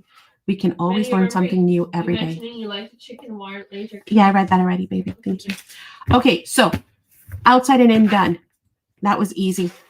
Easy peasy lemon squeezy. So now we're going to move on to our next step according to our little card here is to create our pockets, right? We've done all this. This is all done. We're on step 3. We're going to create our pockets. How do we do that? Well, super easy. Why is it easy? Because they've done it for us. And I like that. I like when people do things for me, right? So they look like this. You can see they're already pre-scored. Everything is pre-cut. You don't have to do nothing other than fold. Let's bring our bone folder back.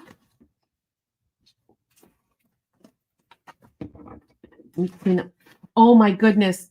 I think I found the piece. And you stole it. Oh heavens to Betsy, people. I am such a mess.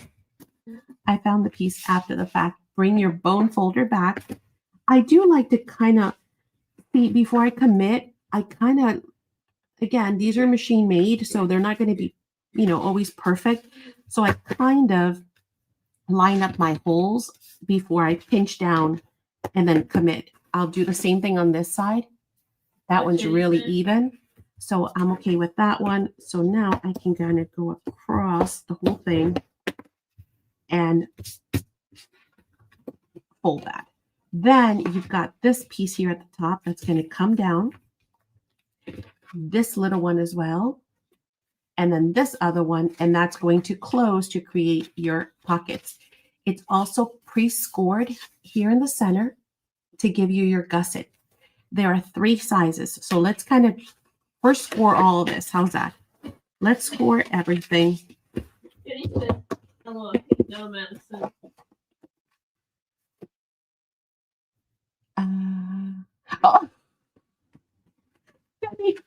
that's funny. Not at all. That's cute. She loves checking on kids. She's always asking, Rhonda and Deborah and everybody for their grandkids. Cat. Okay, so simple, right? As you can see. So let's glue this down. I almost feel like cheating and grabbing my double adhesive tape, guys. I'll be honest. But I'm going to keep it honest. So in case anybody is watching this, like the replay, you can craft along with me and do it all together without having to pause, okay? I'm going to close that first one. You're back. Welcome back. My bone folder is full of glue. Okay, then our second little tab here. And then our last one. No, she wasn't talking that you took her paper, honey. I don't think so. Oh, maybe she was. Yeah, maybe I misunderstood it. That's funny. Everybody blames Jenny, although, you know, last time I'm the one that got the blame. So I don't know. Who blamed you? Jenny said, and everybody started saying, I took Jenny's glue. Yeah. I threw it under the bed. Okay. Hi, Candy. Hey, Mandy. We got our first one done. Let's put that off to the side. Now, you'll notice one thing. Let me flip it this way. Excused all the glue I've got everywhere. See this gusset? You see the width of it? Okay, now check this one out. Let me fold it for you so you can see it.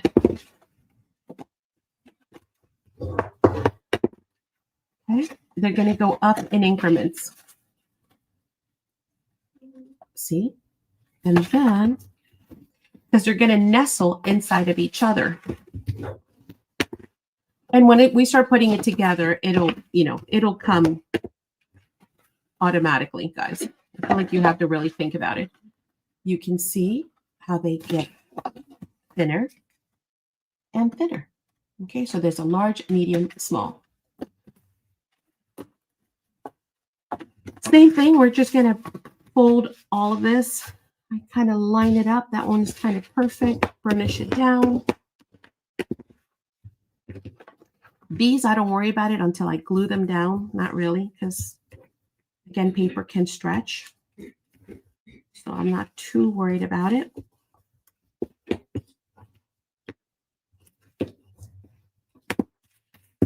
Okay, and then we're going to open it back up, and we're going to add our glue to the flaps.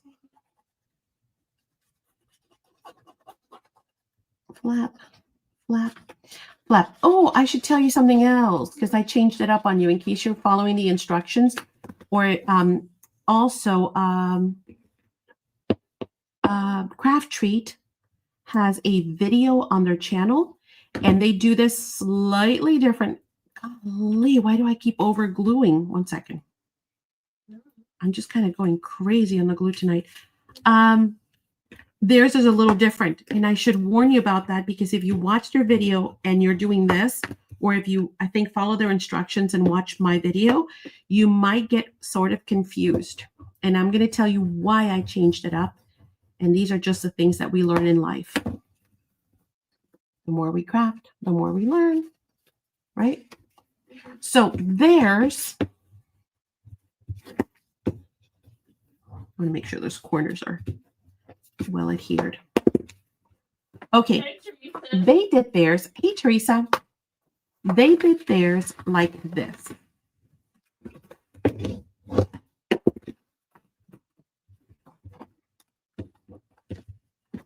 They folded these flaps, right? The ones that I've been gluing on the outside. See them? They're on the outside. They added their adhesive of choice. Again, you use whatever you have. And they closed them like this. So these are on the inside. Now, it happens from time to time that when you try to slide stuff, it's going to stick. I know this is black on black, so it's kind of hard to see. It's going to, come on, focus. Hang on. Is it focusing? It's your tags will hit that ridge and it'll be hard to slide them in. If you do it on the outside, then you've got a clean shot, right? Everything is nice and smooth. There are no lips. There's no place for the tags to stick. So I did my flats not by tucking them in, by actually pulling them and adhering them to the outside. Okay. Now, if I hadn't told you that, you would never have known. So do you see anything on any of these? You don't. You can't tell that it's on the outside because we're going to cover them with the mats. And then this way, your tags will always go in nice and smooth. There's nothing for them to stick to. Okay. So potato, potato, you have a choice. I choose to do it this way. And then I'm going to hide this flap right here where it's adhered. I'm going to hide it with my mat, my pretty paper. So again, if you're watching their video or if you're following along with their instructions and you're wondering, wait, what just happened? That's what happened. Why? Because I've lived and learned in the past that sometimes things will snag my tags and I don't want them to snag.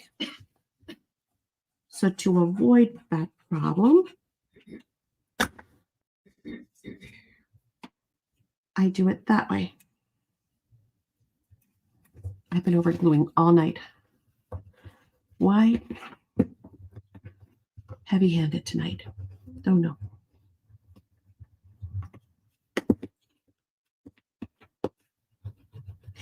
And if you notice, because they got wider and wider, hang on, I got to stretch this paper. Otherwise, my little pocket is going to buckle. As they get wider, that's why in the center piece, I'll show you when we put this one together, you're going to see a, that I added just a scrap piece of paper, a little strip, just to kind of cover that center. Okay. So now we've got this one right here, which is the medium. We've got the small. So the small is going to go inside of the medium, and then the medium is going to nestle inside of the large. So the three just kind of, see, fit inside of each other. Small, medium, large.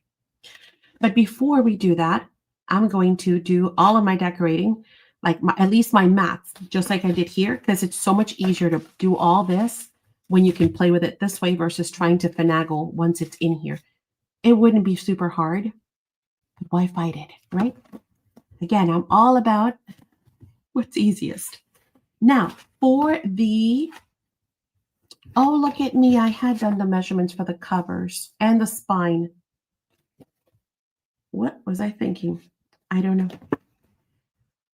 I also found that their recommendation is that you take your paper, right? You cut it to size, then you grab a pencil and you trace the little notch here, which I will show you how to do that just in case you do not have the right size punch or, you know, the little nesting dies that we sell, because we sell dies that start from this little and then they're like 14 dies and they go all the way up to like that big, right? So you're bound to have the size to fit. But if you do not have either, we can do this manually. All right, we're going to do that in 2 seconds.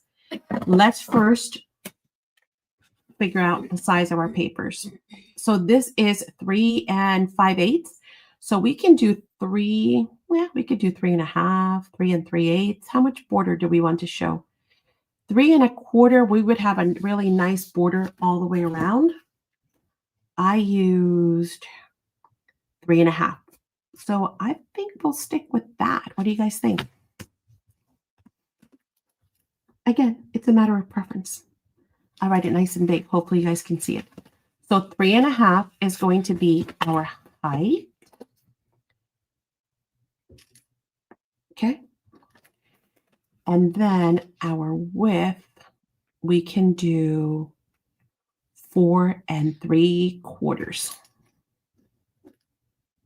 We could even go a little smaller, but let's just keep measurements kind of easy and even. Okay, now this is another part where you just kind of have to be patient because we're going to have to cut quite a few papers. We're going to need 1, 2, 3, 4 times 3. That is 12, right? Somebody tell me if my math is once again wrong because that's nothing new. Again, for those of you joining or watching this for the first time ever, Maddie is highly dyslexic. So yeah, My mom is very dyslexic. I am. Ask me why I love crafting because I guess I have great tools. If not, I'd be lost. Okay, so papers for the inside. Oh, look how pretty. Let's use one of those. We haven't used that. Let's do one of those. We haven't used that. Did we use March? Did we use March? See, I told you I'd pulled them all discombobulated, and now I'm regretting it. Hang on. Let's see. Do we have a March? Do we have a March? There's a March. So January, February, March. So we're going to use a March. And again, we can get like, multiple panels out of one, but let's just pull as many as we want. March. Let's find April. April, where are you? Did we use both Aprils? Oh, I think April was this blue one. I mean, we could still use it. I'm pretty sure that's April.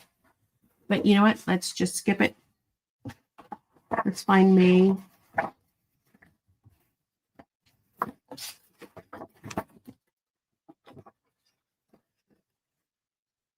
Where is May?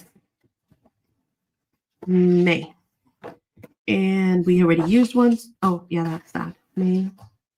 Here's June. We'll use a June. July. You know why I'm doing this, right?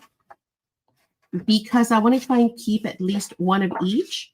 And then that way I can do a monthly journal or something with the extra papers. If I can, I'll try. June, July. Oh, was this July? Yeah, so August. August, we haven't used. September, we haven't used. October, we haven't used. November, we used. And then December. Okay, so I have enough here left over from my 8x8 to do a total yearly calendar, planner, whatever I want to do. Now I know I have all of these to play with. Do I need all of these? Probably not.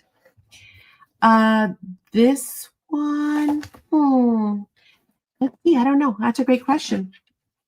That one is called Life is Abundant. Let me head over to our online store real quick. Actually, I'll take you with me. Let's see if we can find it together. Let's type in Life is Abundant. And we've got a stamp. We've got, oh, there's an ephemera. Oh, it's sold out. I was going to say, oh, I got to go grab me one. The 8x8 is $12.50. We also have the 12x12. So that's we have the stamp, the 8x8, and the 12x12 still available. So hope that helps. Oops, okay, back to our schedule show. So I've got all of these that we can now cut all of our mats. Hey, Miss Tyla. Can I add it? Sure, of course. Where's my little sheet here? Life is Abundant. I'm assuming the 8x8, right? Carol? If that's incorrect, let me know. Okay. Mats. We have lots and lots, and they're all pretty. Actually, wow, that kind of worked out. We need 12 mats. That's perfect. That wasn't planned either, because you guys picked the paper line. So 3.5. And again, we're going to have plenty of leftovers. 3.5. Oh, actually, you know what? Before we cut anymore, let's make sure we love it. Do we love it? We love it. Yes, that's a nice little border, top and bottom. Okay, so we can commit to that 3.5.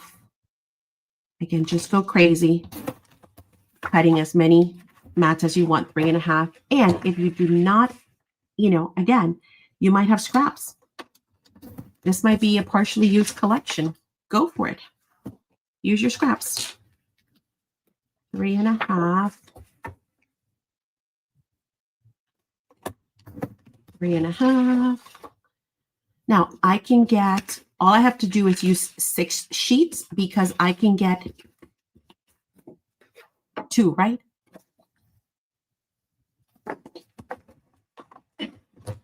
I love this one. This black one's going to look so good. 3.5. I love color. And this one's going to look so good. 3.5. You got to do that 12 times, guys. I almost feel like saving these. I feel like they're kind of, we'll use them. I just kind of feel they're kind of underwhelming now that we've got those beautiful mats. I love that mushroom. You know what I just realized? There are 12 pages. Isn't that what we said? Yes. So you could actually do one for each month too. We could actually grab these little tiles here or whatever we want from these pages and do a January, a February, a March, and April. We could do one for each month. That is brilliant. Not planned, but brilliant. I love it. I think we just might. Did I save all the tops? Oh, I should have. In retrospect, I would have saved all these. I mean, I have the other ones that I can dig into. And I probably have a used line somewhere, a partial one of these. Because like I said, I've done like 4 projects from these. 3.5. And 3.5.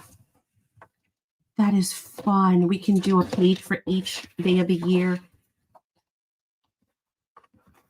Can I add an 8x8 for you? Sure, Teresa. You got it. All right, I wrote it down. Thanks, Teresa. 1, 2, 3, 4, 5, 6, 7, 8. All right, which ones are my favorites that I want to use again? This is one. 8. And we're going to have some for the tags too, guys. So this is going to work out perfect.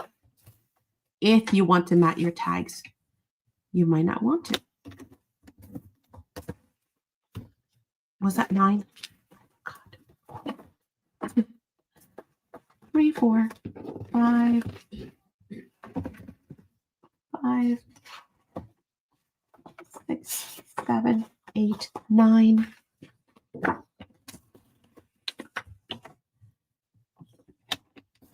10.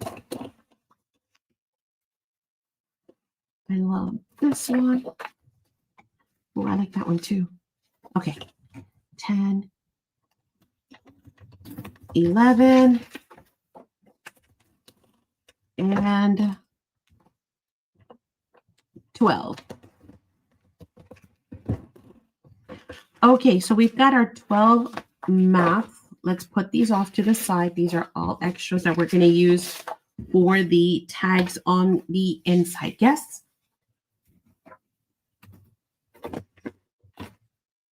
Okay, now we need to cut the 4 3/4. We're going to cut one first and we're going to check it out. Actually, I always tell you guys to measure twice before you cut, right? So let's measure it again.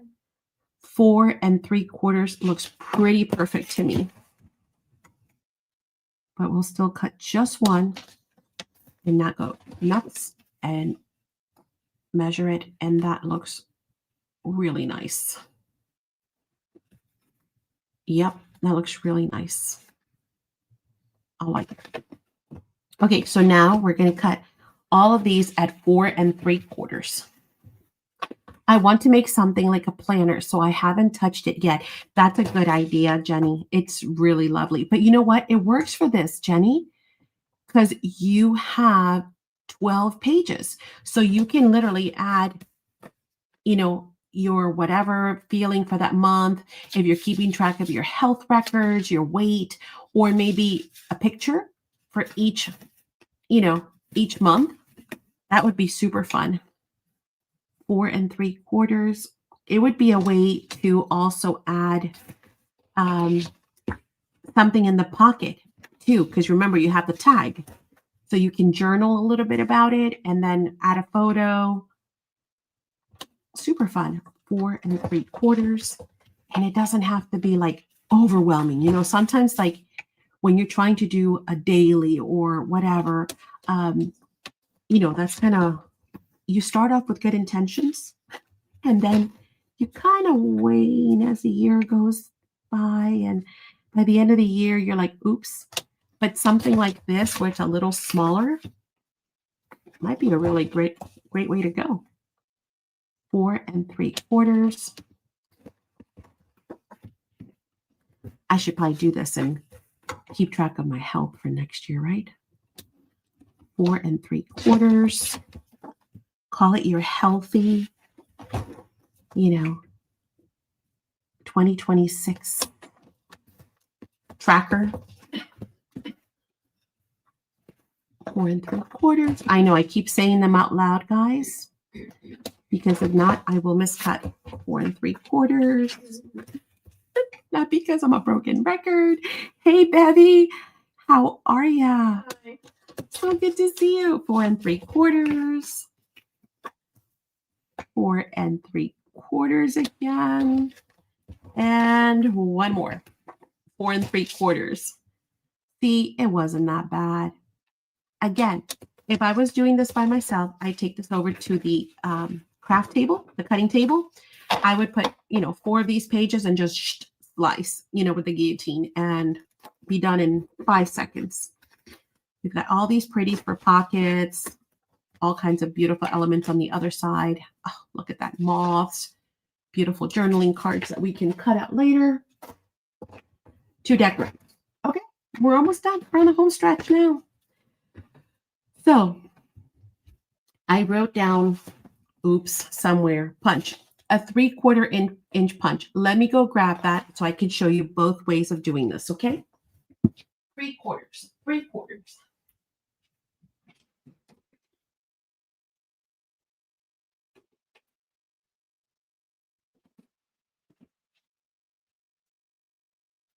Okay, so here's a 3/4 inch punch. Again, you might use a die. Now, if you do not have either a die or a punch, the way that it's recommended that you can do this is you're going to line this up, and you can even use like a clip if you really want to make sure that you're not kind of cockeyed. Oops, I just moved it again. So leaving my border all the way around, clip it in place, right? Flip it over, grab your pencil, and mark it.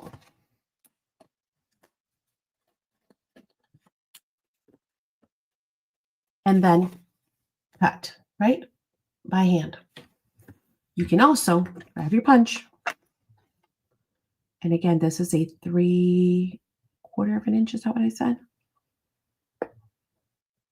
And I want to come in just a smidge because I want to have a black border all the way around. And that makes easy work of it. Okay. So if you have a 3/4 inch punch or die, that's going to be your best friend. If not, it's just a little elbow grease, guys. It's not a huge deal, but at least now you have the measurement on how to get it done quickly. Okay, so that is one. Now what I did was I put like 2 or whatever you think your punch can hold. And then I kind of lined them up. I used that first one to line up and then punch the next one. Now, not all the pockets are going to be exactly perfect, because when you put this one on here, You might have to adjust it a little bit, and you might have more of a lip here than here. Again, those are like such tiny details, right? We're not going to sweat the small stuff. Otherwise, if you're like really, if it really matters to you, you can go ahead and trace every pocket and then, make it perfect to fit, right? But I'm not gonna. Man, some of these other sides are so pretty. Like, look at this. It already has the word October. Like, that could totally be used on that side. And then this could even be the photo mat. Look, we can put a photo right there, and then you would have all these little decorations already there. So take a look at them and see which ones you feel like, ooh, like, see, here's another one. Gorgeous on that side. Some, I don't know, like this pine cone kind of cut off at the top and the text, probably not. This one I can get away with. This one I wouldn't say, oh, this one, yes, I could get away with using that side. So it all depends how you feel about it. I think I'm just going to keep them as photo mats so I don't complicate the situation, but you can get super creative, okay?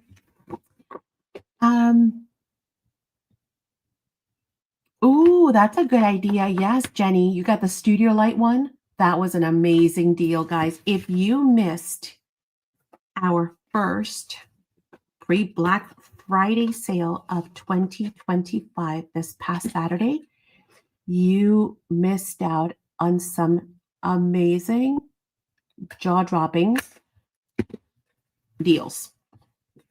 So make sure you join us again, because we're going to be doing it again this coming Saturday. And most likely we're going to do it every Saturday until Black Friday.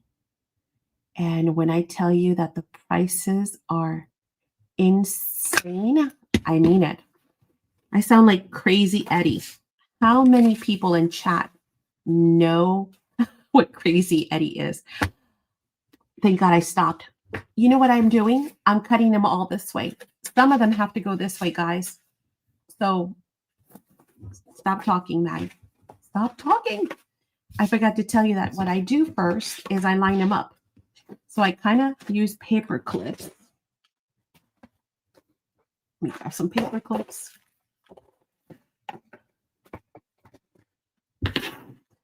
And I decide, what do I want in the front, right? Don't want that. I don't think I want black on black, because that's just like way too much dark. Like, see, that's black. This is black. It's just too much. So let's punch it up in color. We'll use this one. And again, I'm just going to play with it and see what I like. So like this. And then here on the inside, we can do maybe a red one. And then opposite of that would be this next one. We can do, now we can bring in a dark one, I think. How about this one? This one. Maddie could add me to the wait list for the ephemera for this line.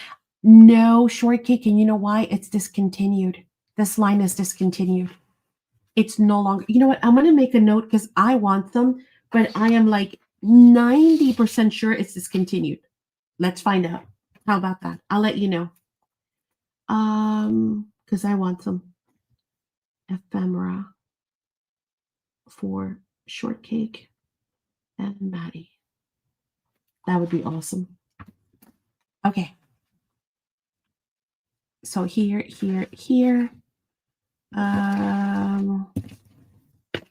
What do we think? What next? Where to? We're going to have to separate these two. So let's do this one here.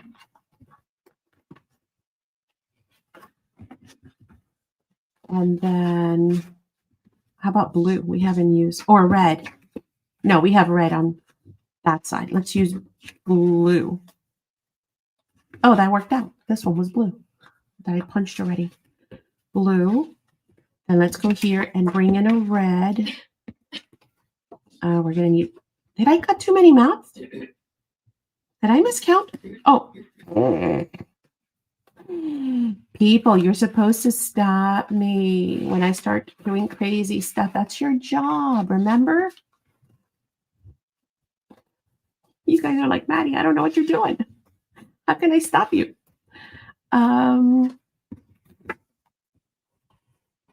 That, this,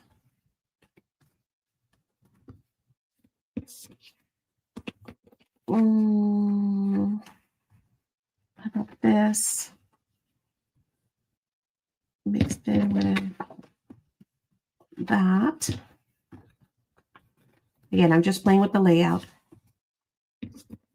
And then we can do, I want to end in the red. That's too much black and green together. Hang on. I got to go back a little bit and change something.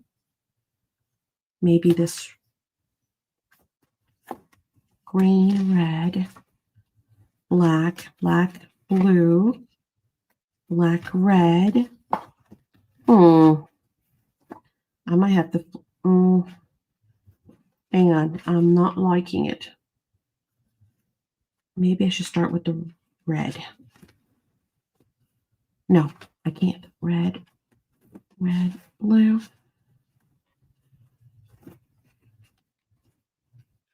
That's too much green together at the end. Too much green in the front.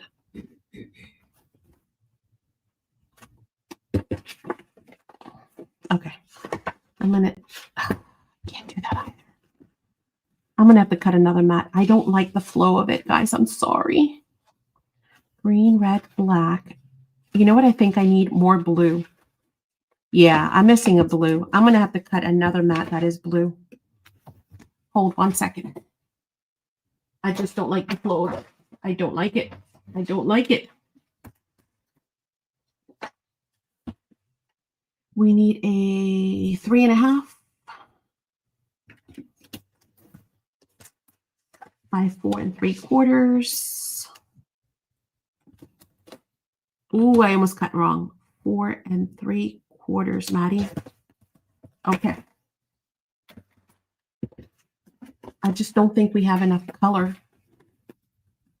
Again, most of it is going to get covered with a photo anyway, right? But still.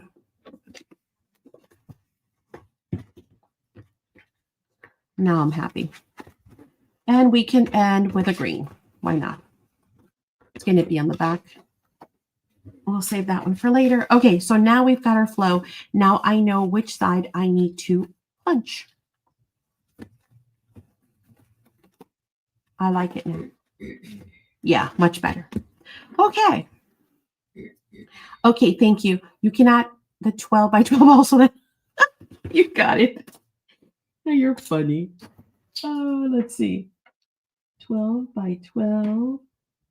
G45 for shortcake. Check. If anybody needs anything, by the way, do holler at me and I will try and write it down. All right, that goes there. That goes here. I'm going to need this one though, because I am too lazy to retrace. So I'm just going to use that to punch.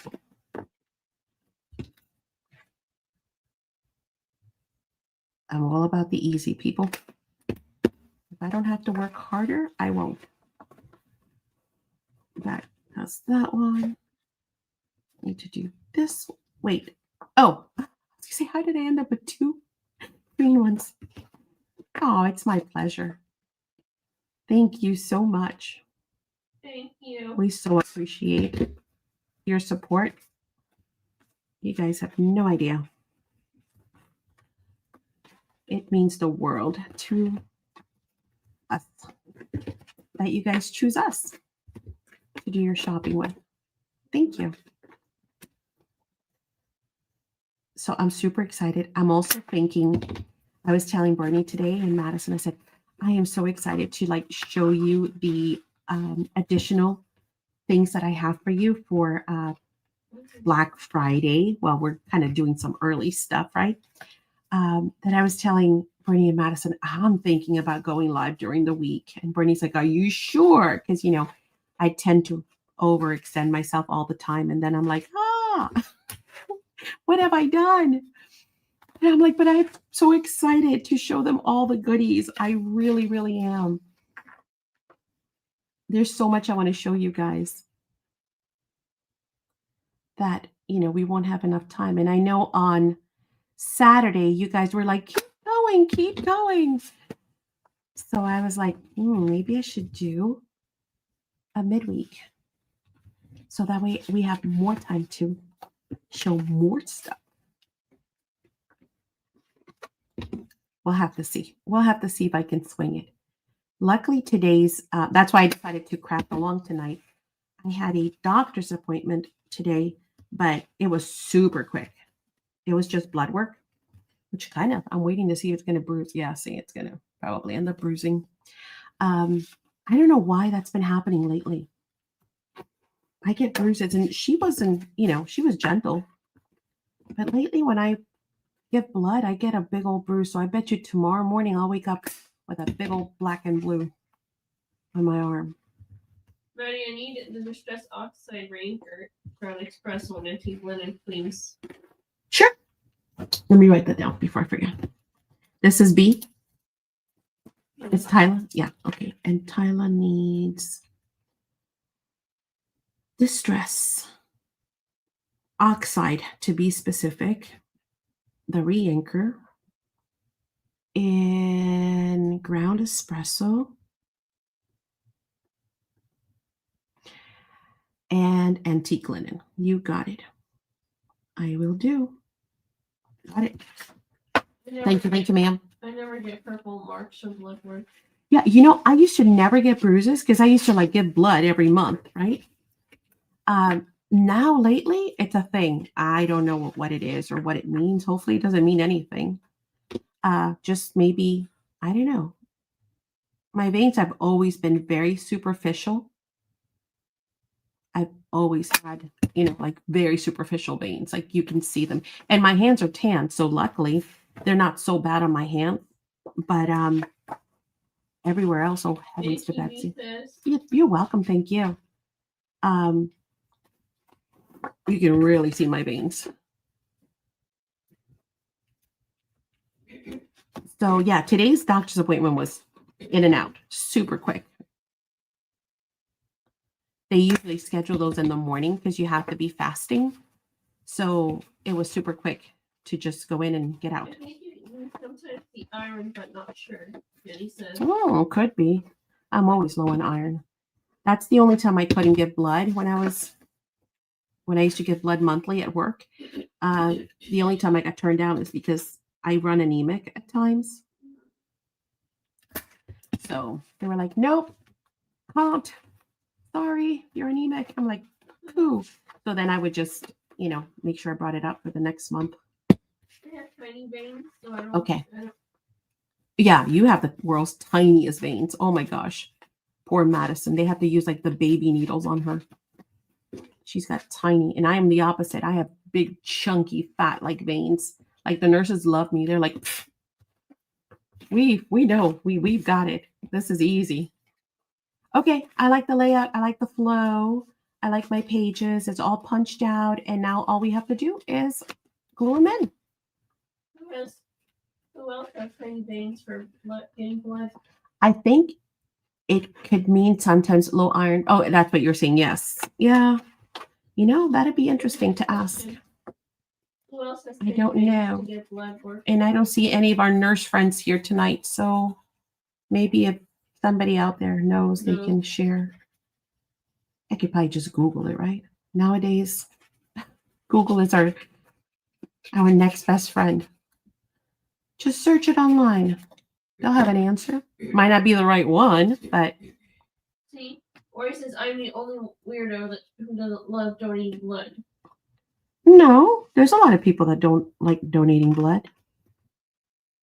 Jenny says, I was just going to say that where's Jess? Yeah, don't know. She might have not realized. Again, this was so impromptu, guys. We just kind of jumped in and gave you barely any notice. And then I figure if somebody is interested in working on this one together, great. And if not, they can come back and rewatch, or you guys can just hang out with me. And we can get another one done. But I promised you guys that we were going to put that off to the side there for the projects that are upcoming. And I've been meaning to get to it. So I figure since I did one during VIP night, I'll finish the other half, and then that way I don't have to keep holding on to it. Because remember, the kit comes with two. It comes with the craft and the black. So you get two in each pack. So I did the craft, that's this one, during VIP night.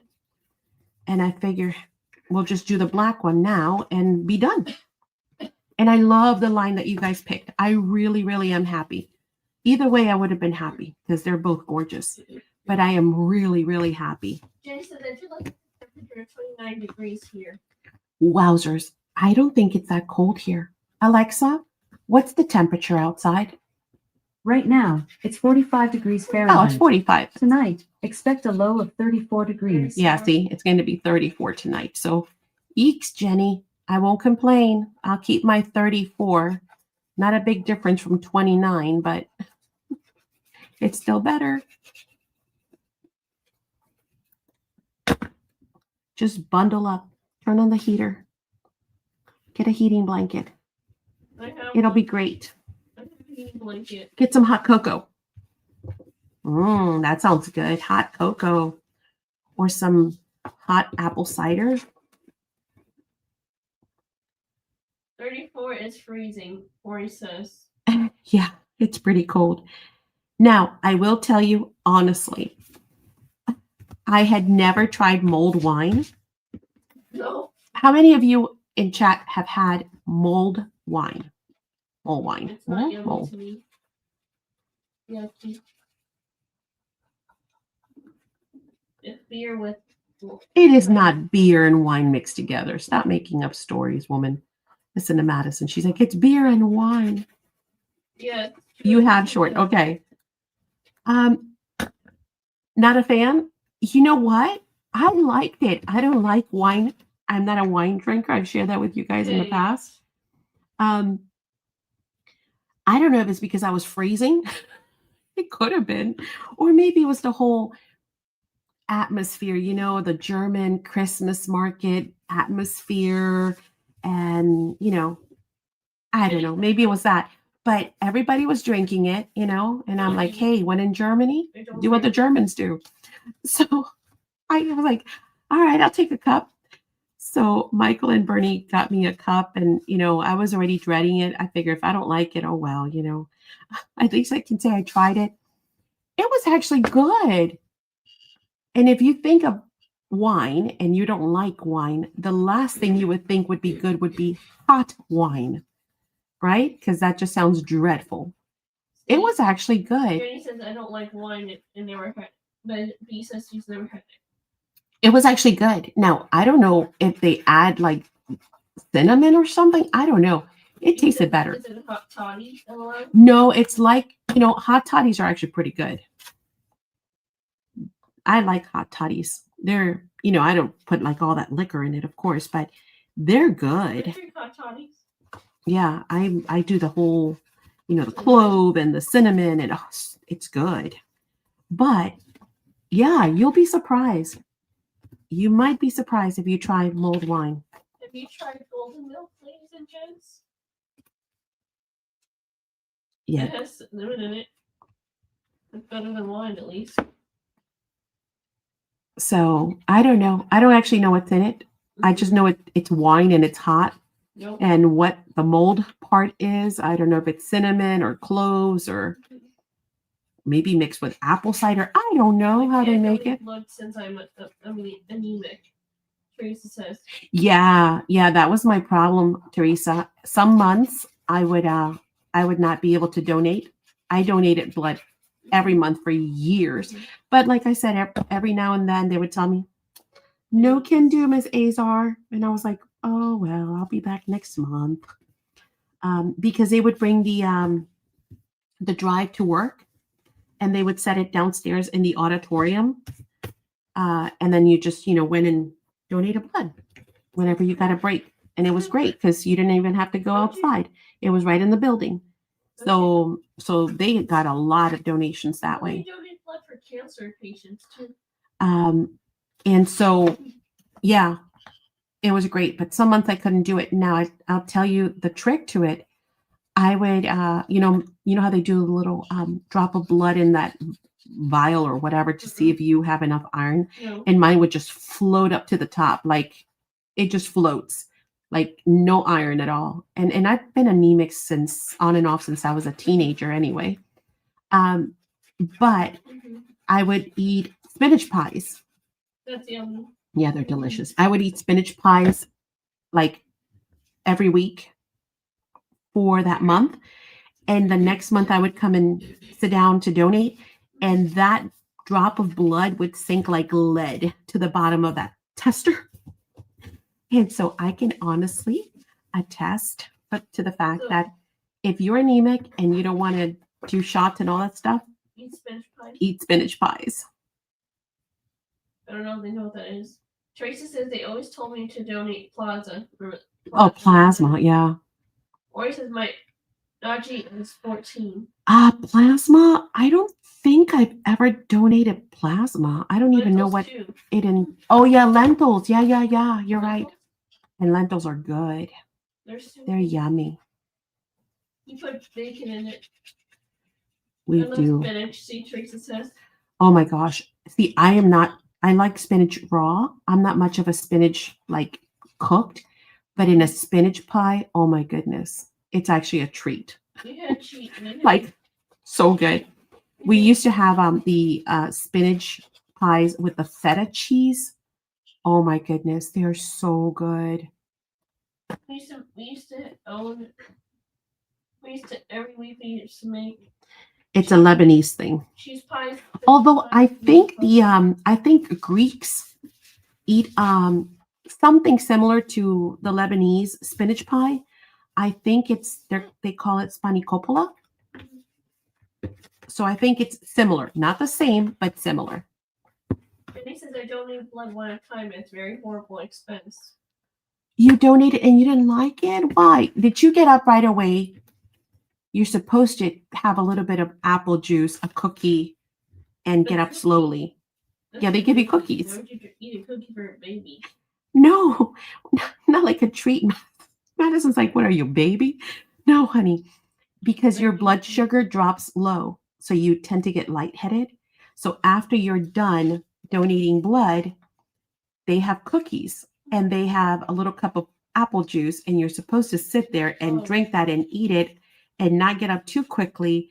Wait, a few minutes and then let your sugar kind of, Jenny. I guess, your blood Sure, level sure. off Raw and then beef. get up. Turkey says red raw beef. JUC. What is it? Spanikopola. Yeah. Yeah. I think that's what they call it. It's not the same thing, but it's very similar and it's equally delicious. Oh my gosh. Jenny. Greek food is so good. Any Mediterranean food is so good. Jenny says they blew my vein. They blew my vein. Oh no. Whoa. That was not a very nice tech. I mean, I'm sure it was a mistake, but wow. Oh, that's a horrible experience. You're right. I'm so sorry, Benny. But you should give it a try again. Because that was just a really bad experience. It happens. I'm sure it happens. Yeah. They're trying at least. Today I was concerned because I was supposed to be fasting, right? So usually when I have to give blood, the best recommendation for giving blood is to make sure you drink plenty of water because then you're nicely hydrated and it's super easy to find your veins, right? And the nurses love you for it.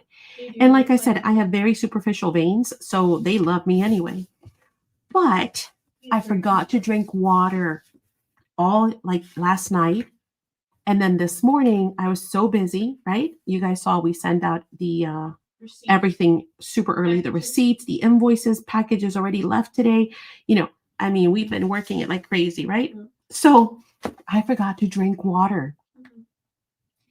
And she went to my right arm and she remembers me. She goes, "Ooh, you got the nice veins."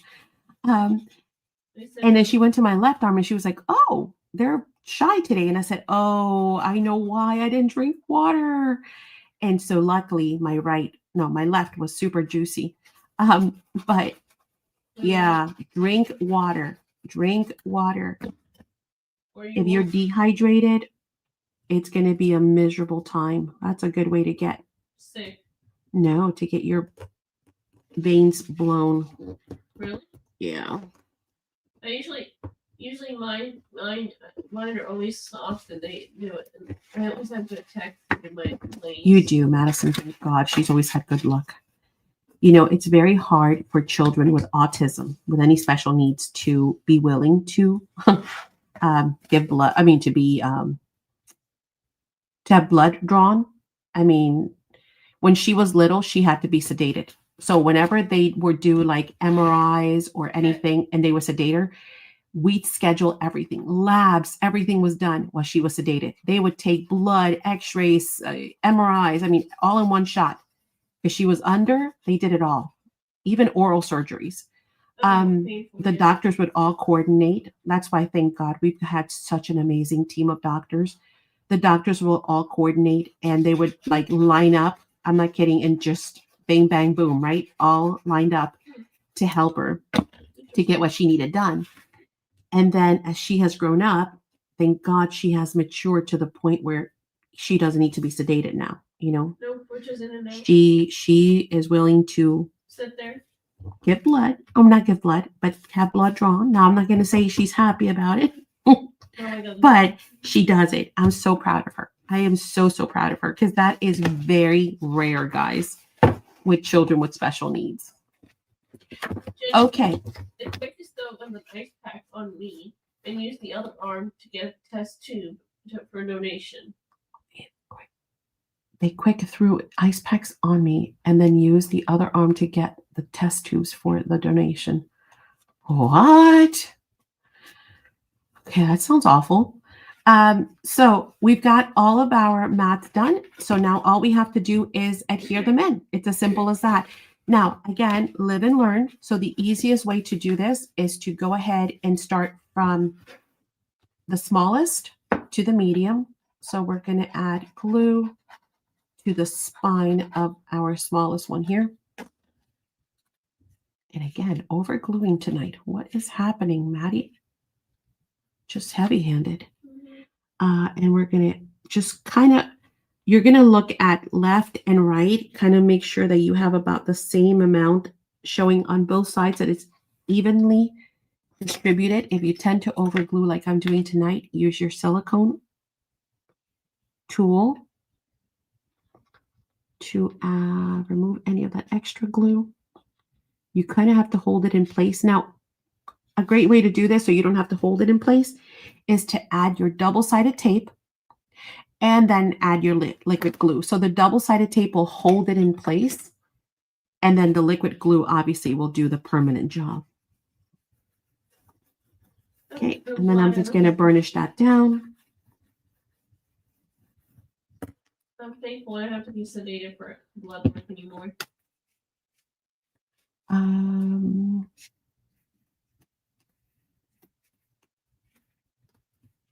They are good. Never had cheese pie. No, she's going to have to try them someday. Okay, so now we're going to have the medium attached to the large. So we're just going up in increments. We're going to, I did it again. I'm going to spread that there. And then we're going to just make sure it's kind of level from the top and the bottom just by looking at it. It's easy because you just have to line up the bottom and it will self-line up at the top. And then we're going to look at our left and our right space and make sure we have about the same. Hold it in place for just a second. Let the glue do its thing. And then we're going to burnish it down just to make sure it's nice and adhered. Now, in this other one, I didn't like this one. I don't mind because it's black. So you're liking the glue tonight, Maddie. I know I am. This one, I didn't care too much for that spacing there. So I grabbed a scrap piece of paper and just stuck it on there, like no rhyme or reason, right? So we can do the same thing here if we are not liking it. I don't mind the black, honestly, but we have, golly, so many scraps that we could just grab anything and stick it on there, right? Like, never had cheese pies either. You could do blue. Blue's not bad. Nope. We could do, that's more blue. That's more blue. That's more black. No. Here's another scrap piece with mushrooms. Nah. That side, that's such a pretty leaf. Nah. What else? Well, we've got a million pieces in here. Here's a smaller blue. Here is some dragonflies. Oh. We have all of those. I think I'm just going to go with that blue one and not overthink it. Here's another blue. We've got, how about yellow? Oh, could be. We haven't really used yellow on the inside, right? And oh my goodness, we even have all of these strips here. We've got all those. But I think, and don't forget that the line itself also comes with like the borders. So you could use some borders there as well. But I think I like the yellow because we didn't use yellow anywhere on the inside other than out here. And that kind of matches that. So that's kind of cool. What do you think? All right, tell me. Yellow or blue? Yellow or blue? So let me show you. Honey, they don't know what dirty chips are. That sounds terrible when you write it. I'm thinking, what? Oh my gosh. I never thought about it. The brand name of those chips, it's actually called dirty chips. They're kettle chips, and they are amazingly delicious.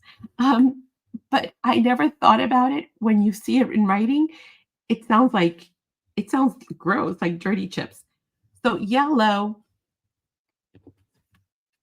will kind of continue this pattern on the outside, that outer border, or we can completely go left field and go blue. And again, it would be another color we haven't really incorporated all that much in here. So yellow or blue? I say yellow. Good, Jenny. I'm glad you found your blue. What do you think? They both look amazing. I So say yellow. you say yellow? All right, that's 2 votes for yellow. 3 votes. Okay, yellow it is. That was easy. Now, how big is this piece? Well, it's just a tiny, tiny scrap, guys. It is the gusset itself is a 1/2 inch, so we have to go smaller than half. So let's do, how about 3/8? Does that sound good? 3/8. Let's try it. Perfect. Definitely 3/8. And is our height okay? Wow. Yeah, it is. It's kind of perfect. It was the leftover, so it was already the right height. Don't they have dirty chips in countries? No, honey. Dirty Chips is, I think it's a Publix brand. I think. I mean, other companies have kettle chips, but not called Dirty Chips. That's pretty funny.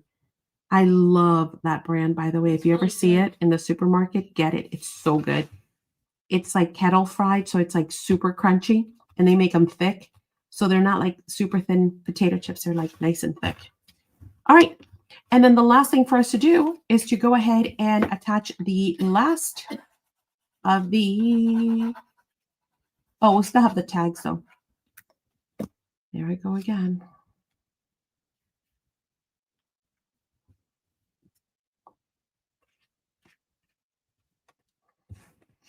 And then the same thing, we're just going to line it up top to bottom, and then making sure this one's a little easier because I can see the yellow. So it's super easy to kind of just line it up. And again, SACs glue is going to give you a little bit of play time. So if you need to move it around a little bit, you can. And then when you're ready to commit, press down with your bone folder. Any excess, get your double-sided tip silicone tool at the top, a little bit there. Just clean it up. It'll dry clear, but again, OCD. Okay. And We are done with the entire journal with extra closures, with extra flaps, with extra mats, with all that. So all that is left is the awesome sauce tags, right? Now, you can leave them just the way they are. They will look perfectly gorgeous. You don't have to do any kind of craziness. And then you can decide later if you want to, add photos or do something else. We can also create a mat. For that, I'm going to show you what I did because it's kind of like a cheat. Okay. So again, anything I can do to make your life a little simpler. I created a template, which is perfect. So what I did, let me get a white scrap piece of paper so you guys can see it on screen how I created that.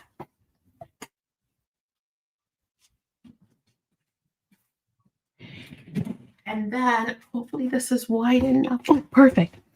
And then as you notice, I went ahead and grabbed the my template and I threw it in the bag. So when I was ready to do the next project, it was waiting for me. And then of course you can even save this, for future additional packs. So very simple. All I did was I took one of the tags and I traced it. Now, whenever you trace something, remember you got it cut on the inside because you are adding a little bit extra to it, right? So we know, and I'm trying to trace super hard so you guys can see it on white. Got it? Okay, now I am all about making life easy. Where's my guillotine? I'll use my mini. I'll use my little mini one. So all I did was, I know I have to come in a bit because I've added some when I've traced, but I'm going to come in a little bit more because the mat has to leave a little border, right, all the way around so it can look super pretty. So I'm going to trim off a little bit extra. Okay. So you see, I've trimmed off some of that pencil line. Now I'm going to do the same thing on the sides. I'm going to bring it in. I'm just doing this with a paper trimmer because it's so easy. Trim off some off that side. And then I'm going to do the exact same thing on the other side. I'm going to trim off a bit for that side too. So now I've got a mat that is, see, going to leave a border all the way around. See the black? Again, if you wanted to have more, trim more. Totally up to you. And then what I've done, don't you love my little pink, uniquely creative guillotine? This thing is so sharp and I love it because it's pink. So then for the top, you're going to do the same thing. You're going to have to do it by scissor. But remember, you're going to come in and trim extra. So if your line was there, you kind of want to come in like so, right? You want to come in all the way, leaving. And if it helps, actually, you know what? Here, I'll do it like this. Because sometimes having that visual will help you. Okay, so something like that. Are you still here, Mary? Okay, so we're going to go around and we're going to trim off. Checking on you, Mary.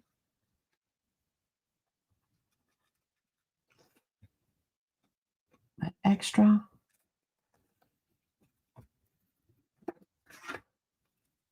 And again, once you have this, you'll have a template to do that project over and over and over again. And then I grab my corner rounder. So you traced that top twice. Trace this. So you could trace the top twice. Well, I traced it, right? But then remember, I have to bring it in some so that it mats, see, smaller. It has to leave me that edge. So in order to do that, I kind of just freehand, about 1/8 of an inch in. Again, you could decide, hey, I want more of a border to show than this, Maddie, in which case, okay, fine.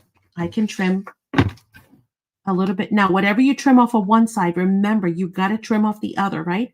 So if I trim off a smidge more from here, I have to trim the same from the other side. Otherwise, you're going to be crooked.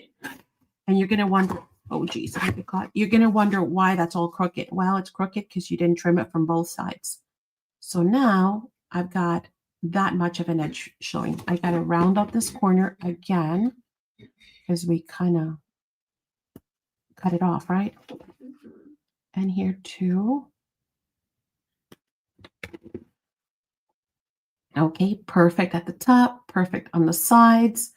The bottom now, I can see that I'm probably going to want to trim just a little more since I made this border wider. I got caught here on the trimmer. 1 second. Since I made this narrower, then I'm going to trim a little bit more off the bottom, just a smidge. And you know what? If you trim too much, you know what you do? You grab another white piece of scrap paper, you trim, trace it again, and start again. This is just a scrap piece of paper, guys. But once you get it done right, that looks perfect.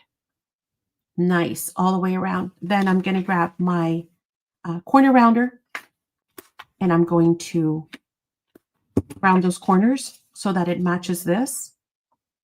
I'm going to look at it, and if I'm super happy with it, which I am, I'm in love, except for this needs to be rounded just a tad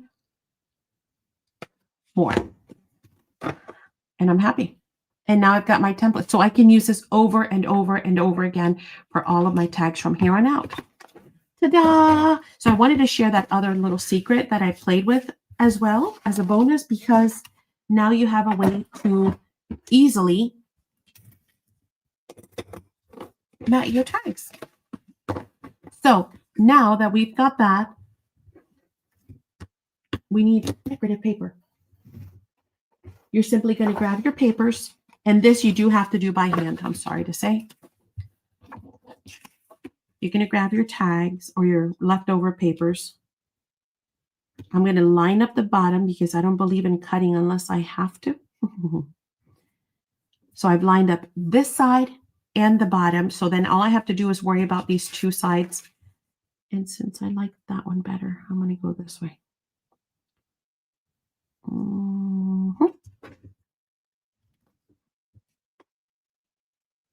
This way, this way, oops, this way, and then you're going to cut these by hand. Again, I'm going to cut on the inside of my pencil line. This time, not a whole lot, just enough to cut off that pencil. A, I don't have to erase it, and B, I know that I've added just a smidge by tracing it. Again, this is extra if you want to create mats for your tags. Do you have to? No, but it's easy enough to do. Because once you've got the template,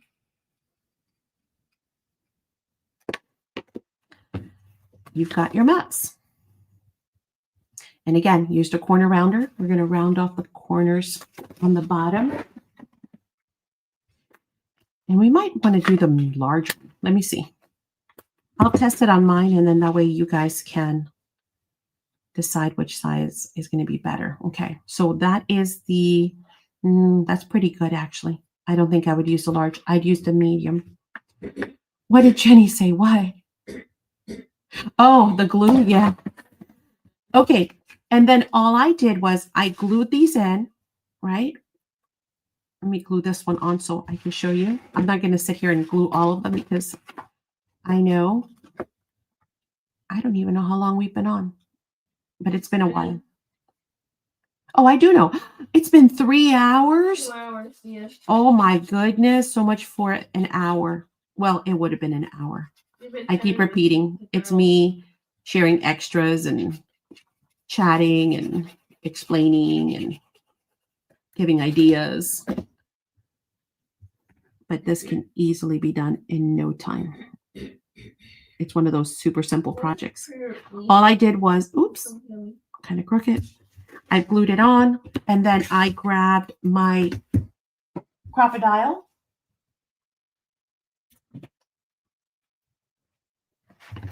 Flipped it over so I can see where the hole was. Lined it up. punch my hole. Grabbed one of my, oh, I already have a ticket in the jar. Mhm. Huh? Who answered the question? It was B. B is in chat. B was the first one to answer correctly. So she's got a ticket. Maybe. Oh, I kind of glued that crooked, didn't I? That's all right. It's all good.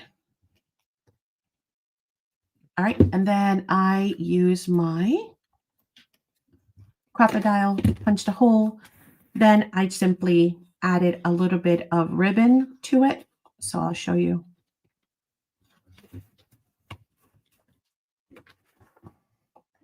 On these,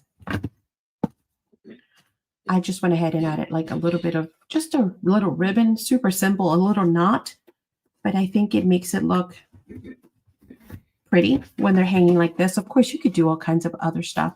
And this one has a ribbon closure. So this one, in order to do that, instead of hiding your magnetic, my little thing is sticking to my hey, look at that.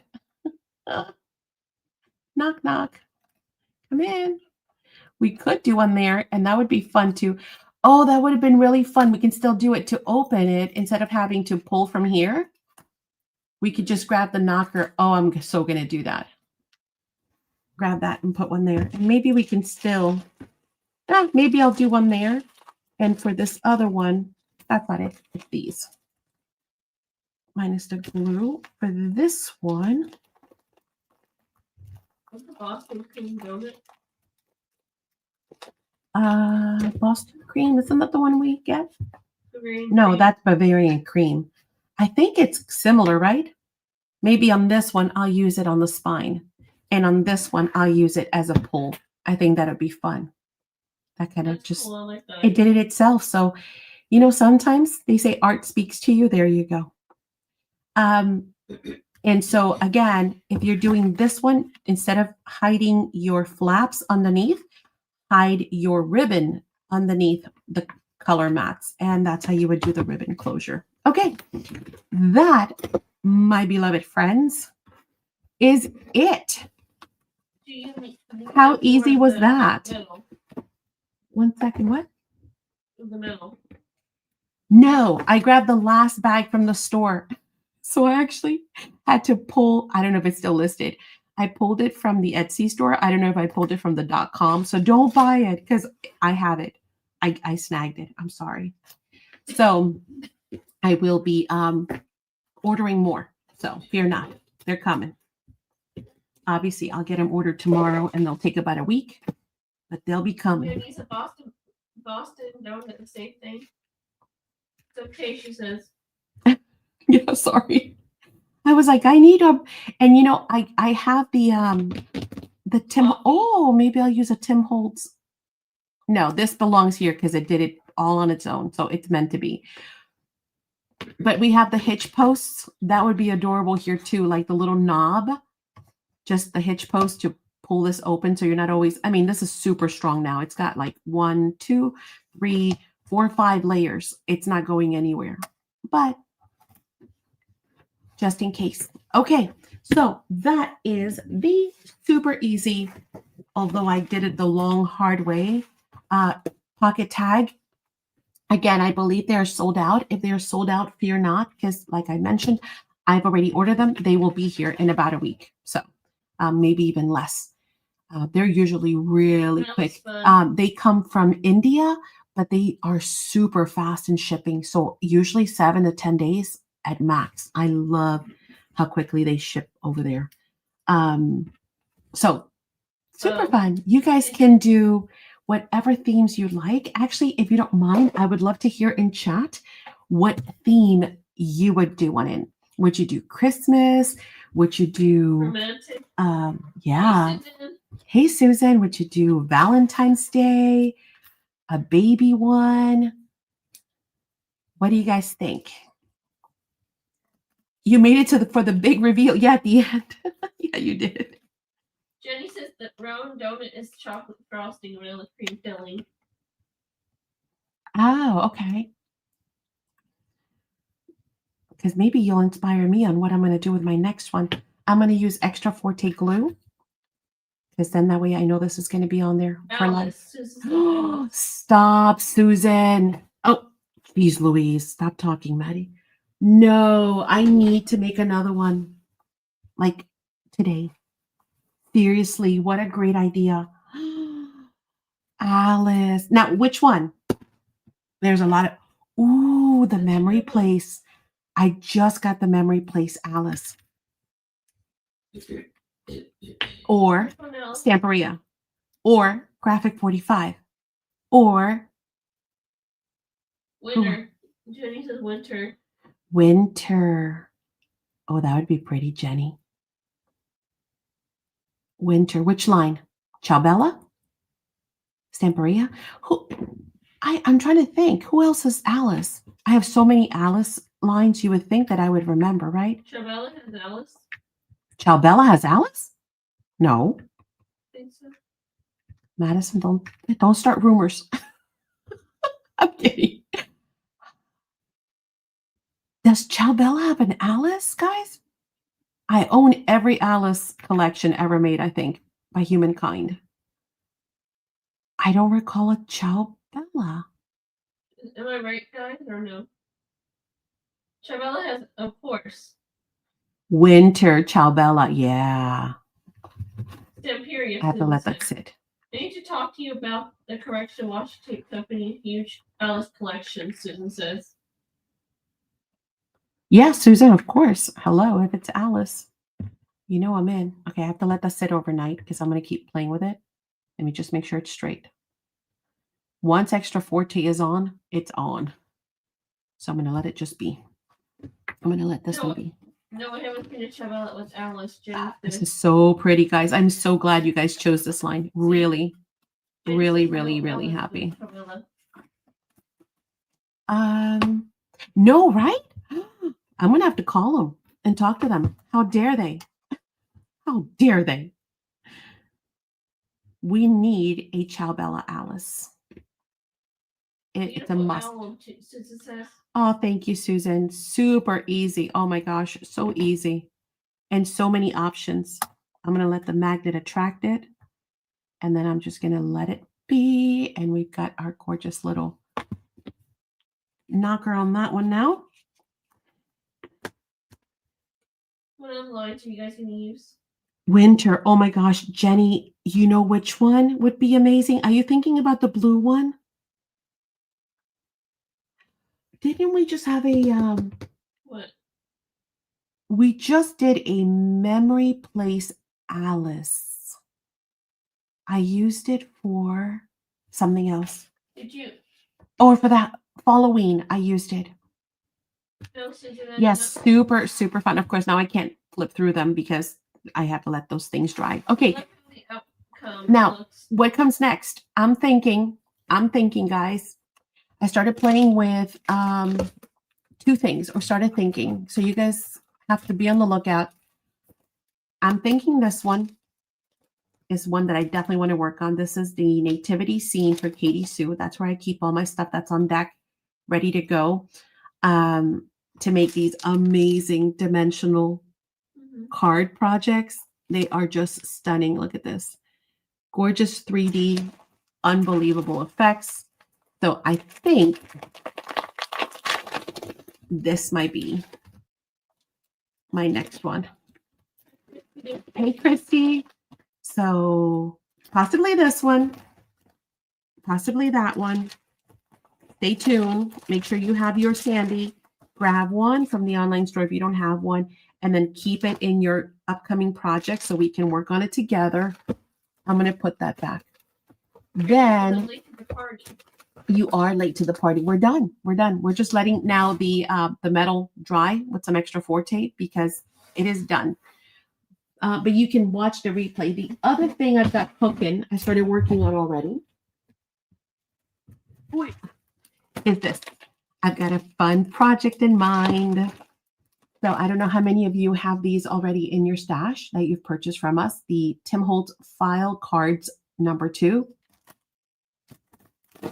If you don't have them, If you don't have them, let me know to add one to your, you want to purchase some of these because we're going to be making a fun project. I'm making it from scratch. So it's going to be super fun. This comes with three of each of these. So I'm just simply deciding how many I think I'm going to do. Do I want to tell you too much? I don't know. How much do I want to tell you? I would like another one, please. One of these? Sure, Christy. You got it. Let me add it to the orders. Hang on. So I think I want to do 3 projects instead of like making it super big and bulky. So I think we're going to get, let me make sure, 1. No, this has got 2 of those. I'll show you what it comes with. But first, let me split them. I found my pocket size too. So something will watch replay. B says.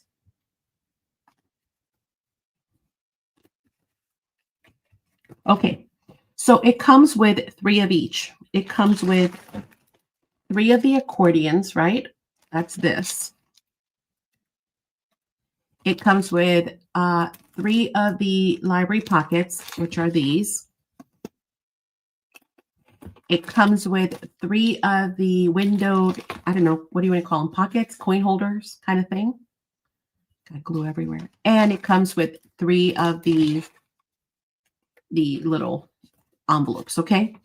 So what I think is we're going to get 3 projects out of 1 pack. Again, I'm building it from scratch. Nobody's done this. I'm doing it all from scratch. But I think what we're going to do is we're going to create a project that incorporates 1 of each. And then, of course, you can do it 3 times, which I think is going to be fun. So stay tuned. Stay tuned. I'm working on it, so I might evolve it. It might incorporate maybe 2 or all 3. I don't know. But I think we're going to get 3 projects out of 1, which is going to be fun. So if you have these, take them, find them, put them off to the side and say, okay, that's what's coming up next. Got it. If you don't have these, then by all means, let me know or feel free to add them from the online store, right? You guys know where everything is, spectrumartcreations.com. Because that's going to be fun too. What about the Christmas cards?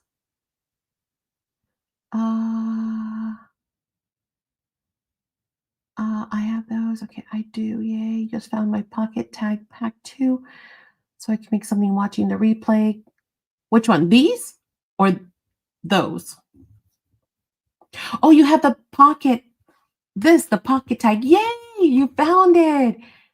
You can definitely craft along with the replay because, again, since we did it in real time with a lot of talking, it's going to be super easy to not have to pause.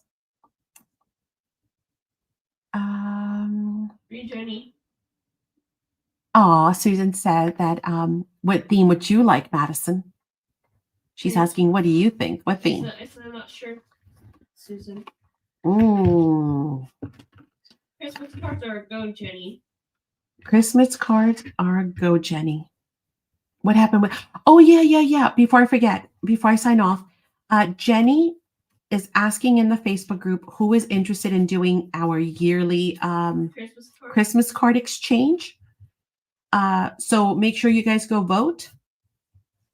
And then I will be able to create the event.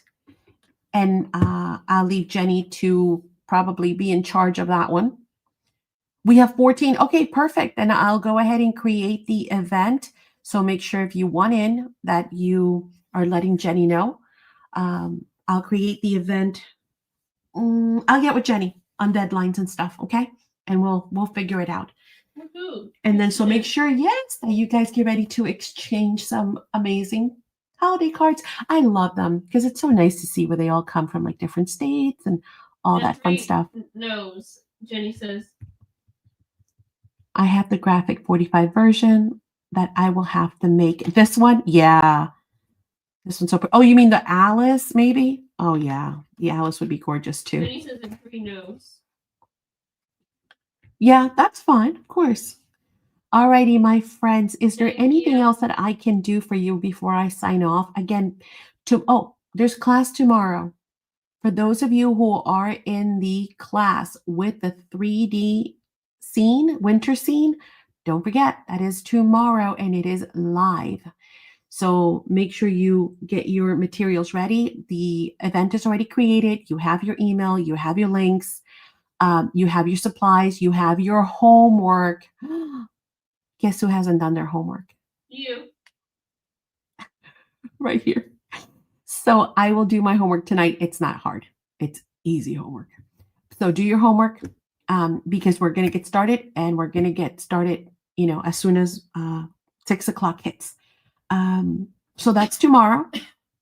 Then be on the lookout because I might pop up sometime or, before Saturday and do a little pop-up sale and incorporate some more amazing pre-Black Friday sale items, dare I say, that are going to blow your mind. So just make sure that you guys are Oh, sorry, Susan. make sure you guys are keeping your eye on the channel and in the Facebook group because I always post in the Facebook group, right? When that's going to happen. And email. We try to email as well. We usually try and send out an email blast to give you at least a few hours a heads up. So just be on the lookout. You don't want to miss out on those. Karen says I'm not going to make the class. Oh, I'm so sorry, Karen. Fear not. You will have 48 hours. 48 hours? Yeah, you have the weekend usually. But since we're doing it on a Tuesday, you probably have until Friday to watch the replay. Oh, wait, what am I saying? You're part of the academy. You can watch Yes. anytime you want, my friend. So it'll stay up for probably a few days for people to watch on replay if they're not members. But after that, Karen, just so that you know, it will switch and it'll go into the academy, in which case you can watch it anytime you want. Anytime. If a year from now you feel like doing the project again, a year from now you can rewatch it and do it step by step again. So fear not. And look at Jenny. Make the pop-up on Thursday. Okay. Oh, you're not training. I see. I don't have Cool. all the supplies, but I have to watch the academy. I don't have all the supplies. I have to watch way later in the academy. Karen, you should have all the supplies. You looked at the supply list? I mean, I'm trying to think of what you could possibly need. Tell me what you are thinking that you need, and you might not need it at all because some stuff is optional. Tell us.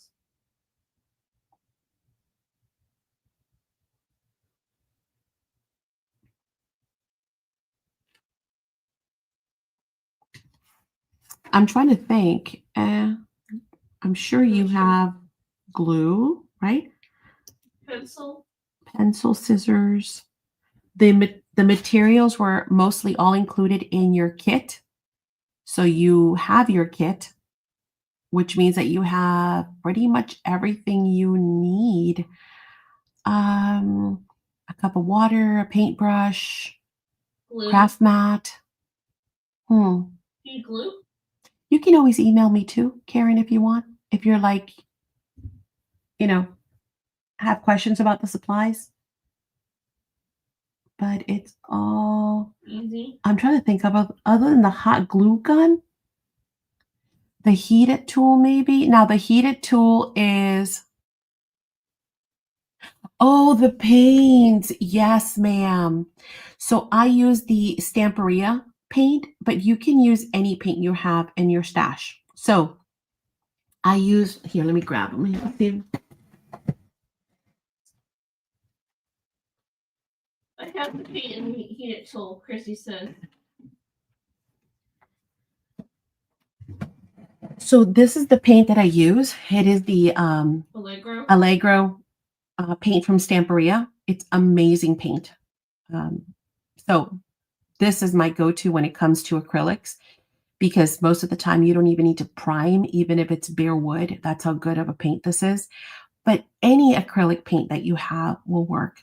Even if you want to get creative, like I'm going to be using some of the stencil butters.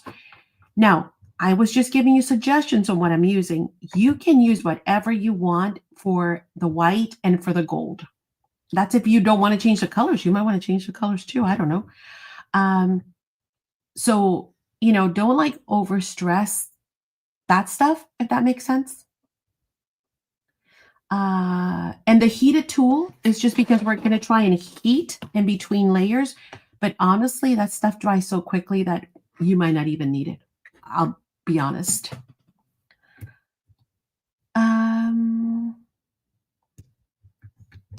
Maddie, have it, all of it.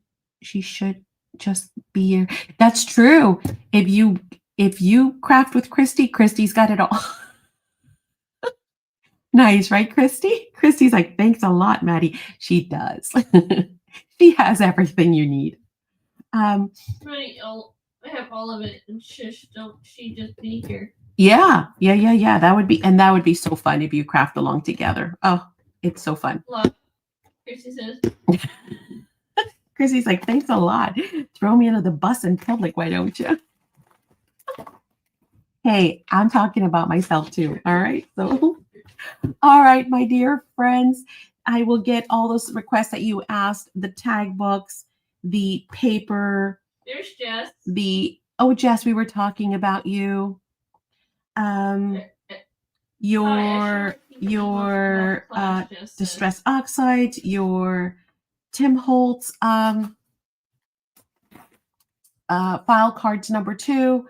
So all those I will be working on tomorrow morning. Fear not. This is asking about an email. Hi, should we have received an email about the class? Yeah.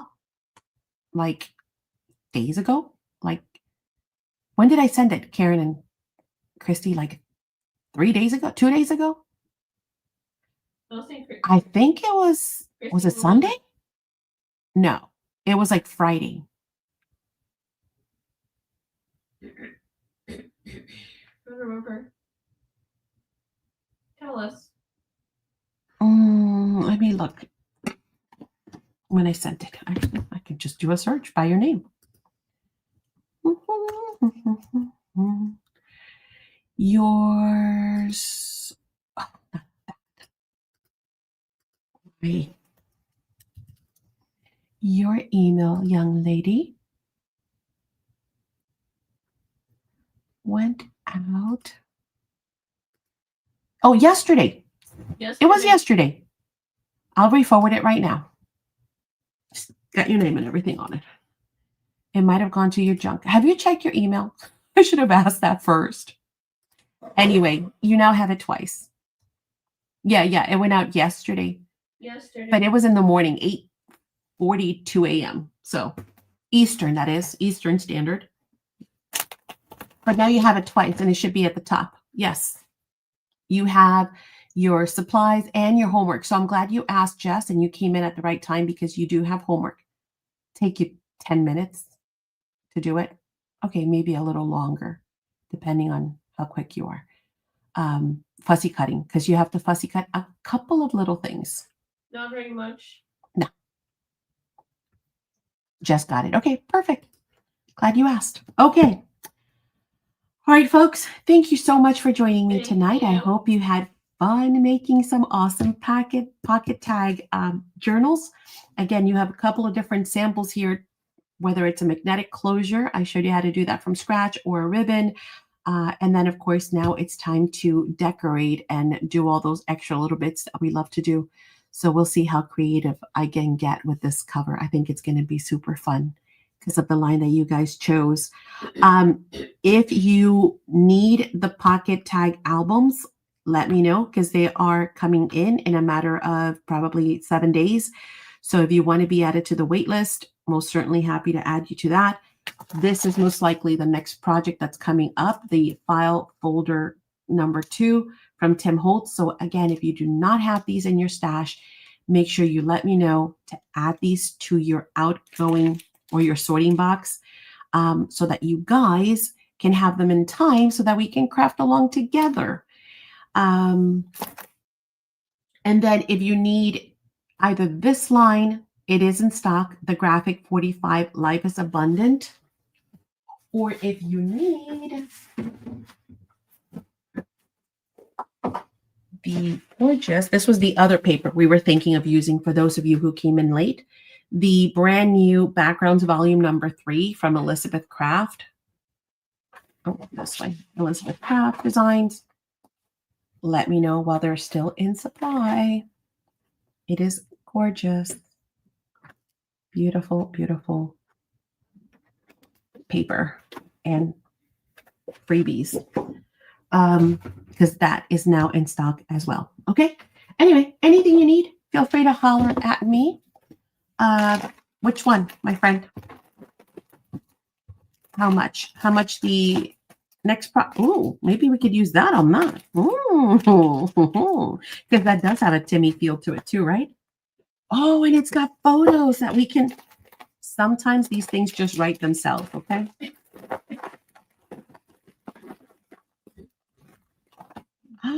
Those cards will fit. Oh, I smell a beautiful project happening already in my head. I can see it. Oh my goodness. He will fit right through the window. That gorgeous face. Look at that face.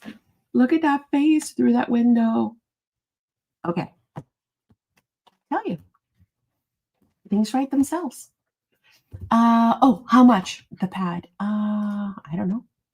Let's find out. I just grabbed it. Didn't even didn't price it. It is over here.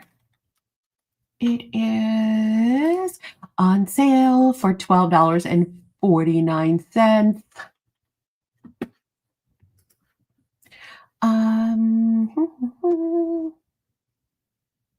Yeah, this one is gorgeous, isn't it? I agree, Lori. It's so, oh, hang on. I don't even have it on me. It's so pretty because it's got all the ledger papers and the different graph papers. It's gorgeous.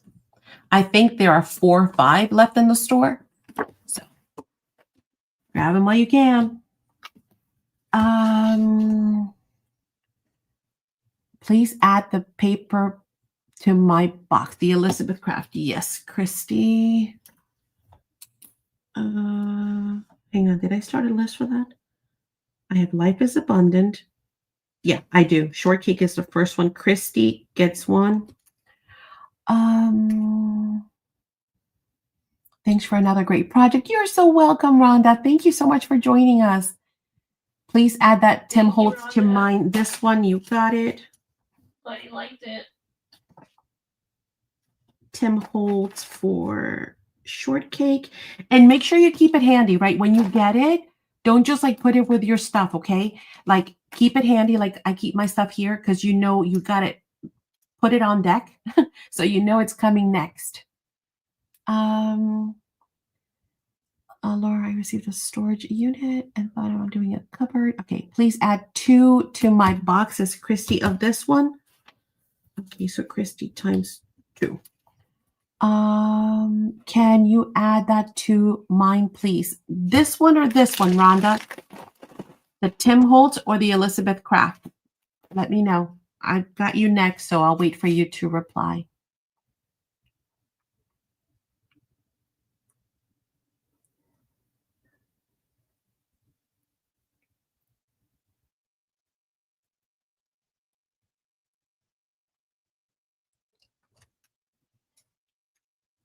Just one second, guys. I'm waiting on Rhonda. The paper pad. Okay. Rhonda, check. Then we move down to the next comment. Please add to my box only if you will be reusing, rebushing the pack for the project. If I'll be using, no guarantees. That I cannot guarantee. I have a feeling it's calling my name. It just worked out. But you know, I don't know. I can't guarantee it. I'm so sorry. Like, I don't want to promise you that and then change my mind and have you be like, really? I bought that for that. No, that's not to say whatever I'm going to do. You cannot use this. You can use whatever you want. Like here, right?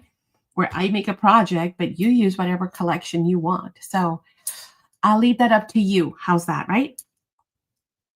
Short Geek says she's got 2 Maddie boxes. I feel your pain. Paper pad. Okay, just throw it in. Okay, you got it. You're funny. You know me. When we were talking about this, right? Under promise, over deliver, just in case. Whenever I can. Okay, so that's it. I'm gonna see you all. Thank you for the heart. I'm gonna see you guys. I twisted her arm. No, I stop. Jenny, see why I pick on you? You deserve it for being, you're that little sister, right? That everyone's like, oh, no, I'm kidding. Oh, so I'm going to see you maybe Thursday because Jenny, the little sister, has called it, right? We might see you on Thursday for a pop-up sale and then definitely on Saturday. Be ready. You want to be here. Trust me. You don't want to miss it.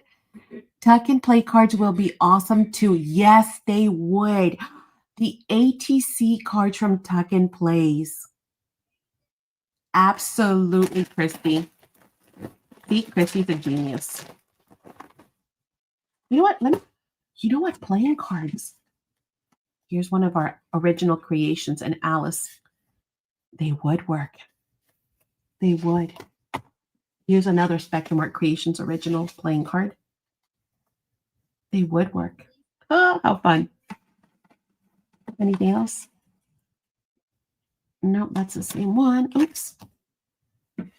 But that means that if playing cards work, that means that so will ATCs.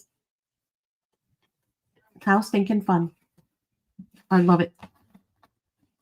Good thinking. Now you know what to do with your ATCs too.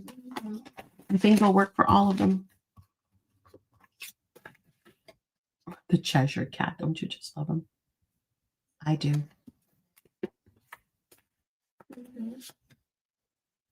Yes. Playing cards will work. See, we all have so many options. That's right.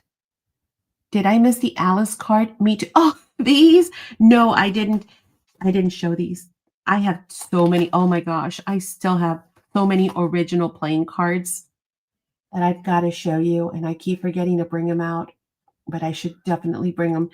I'll see if I have any more of these, Carol, and I will add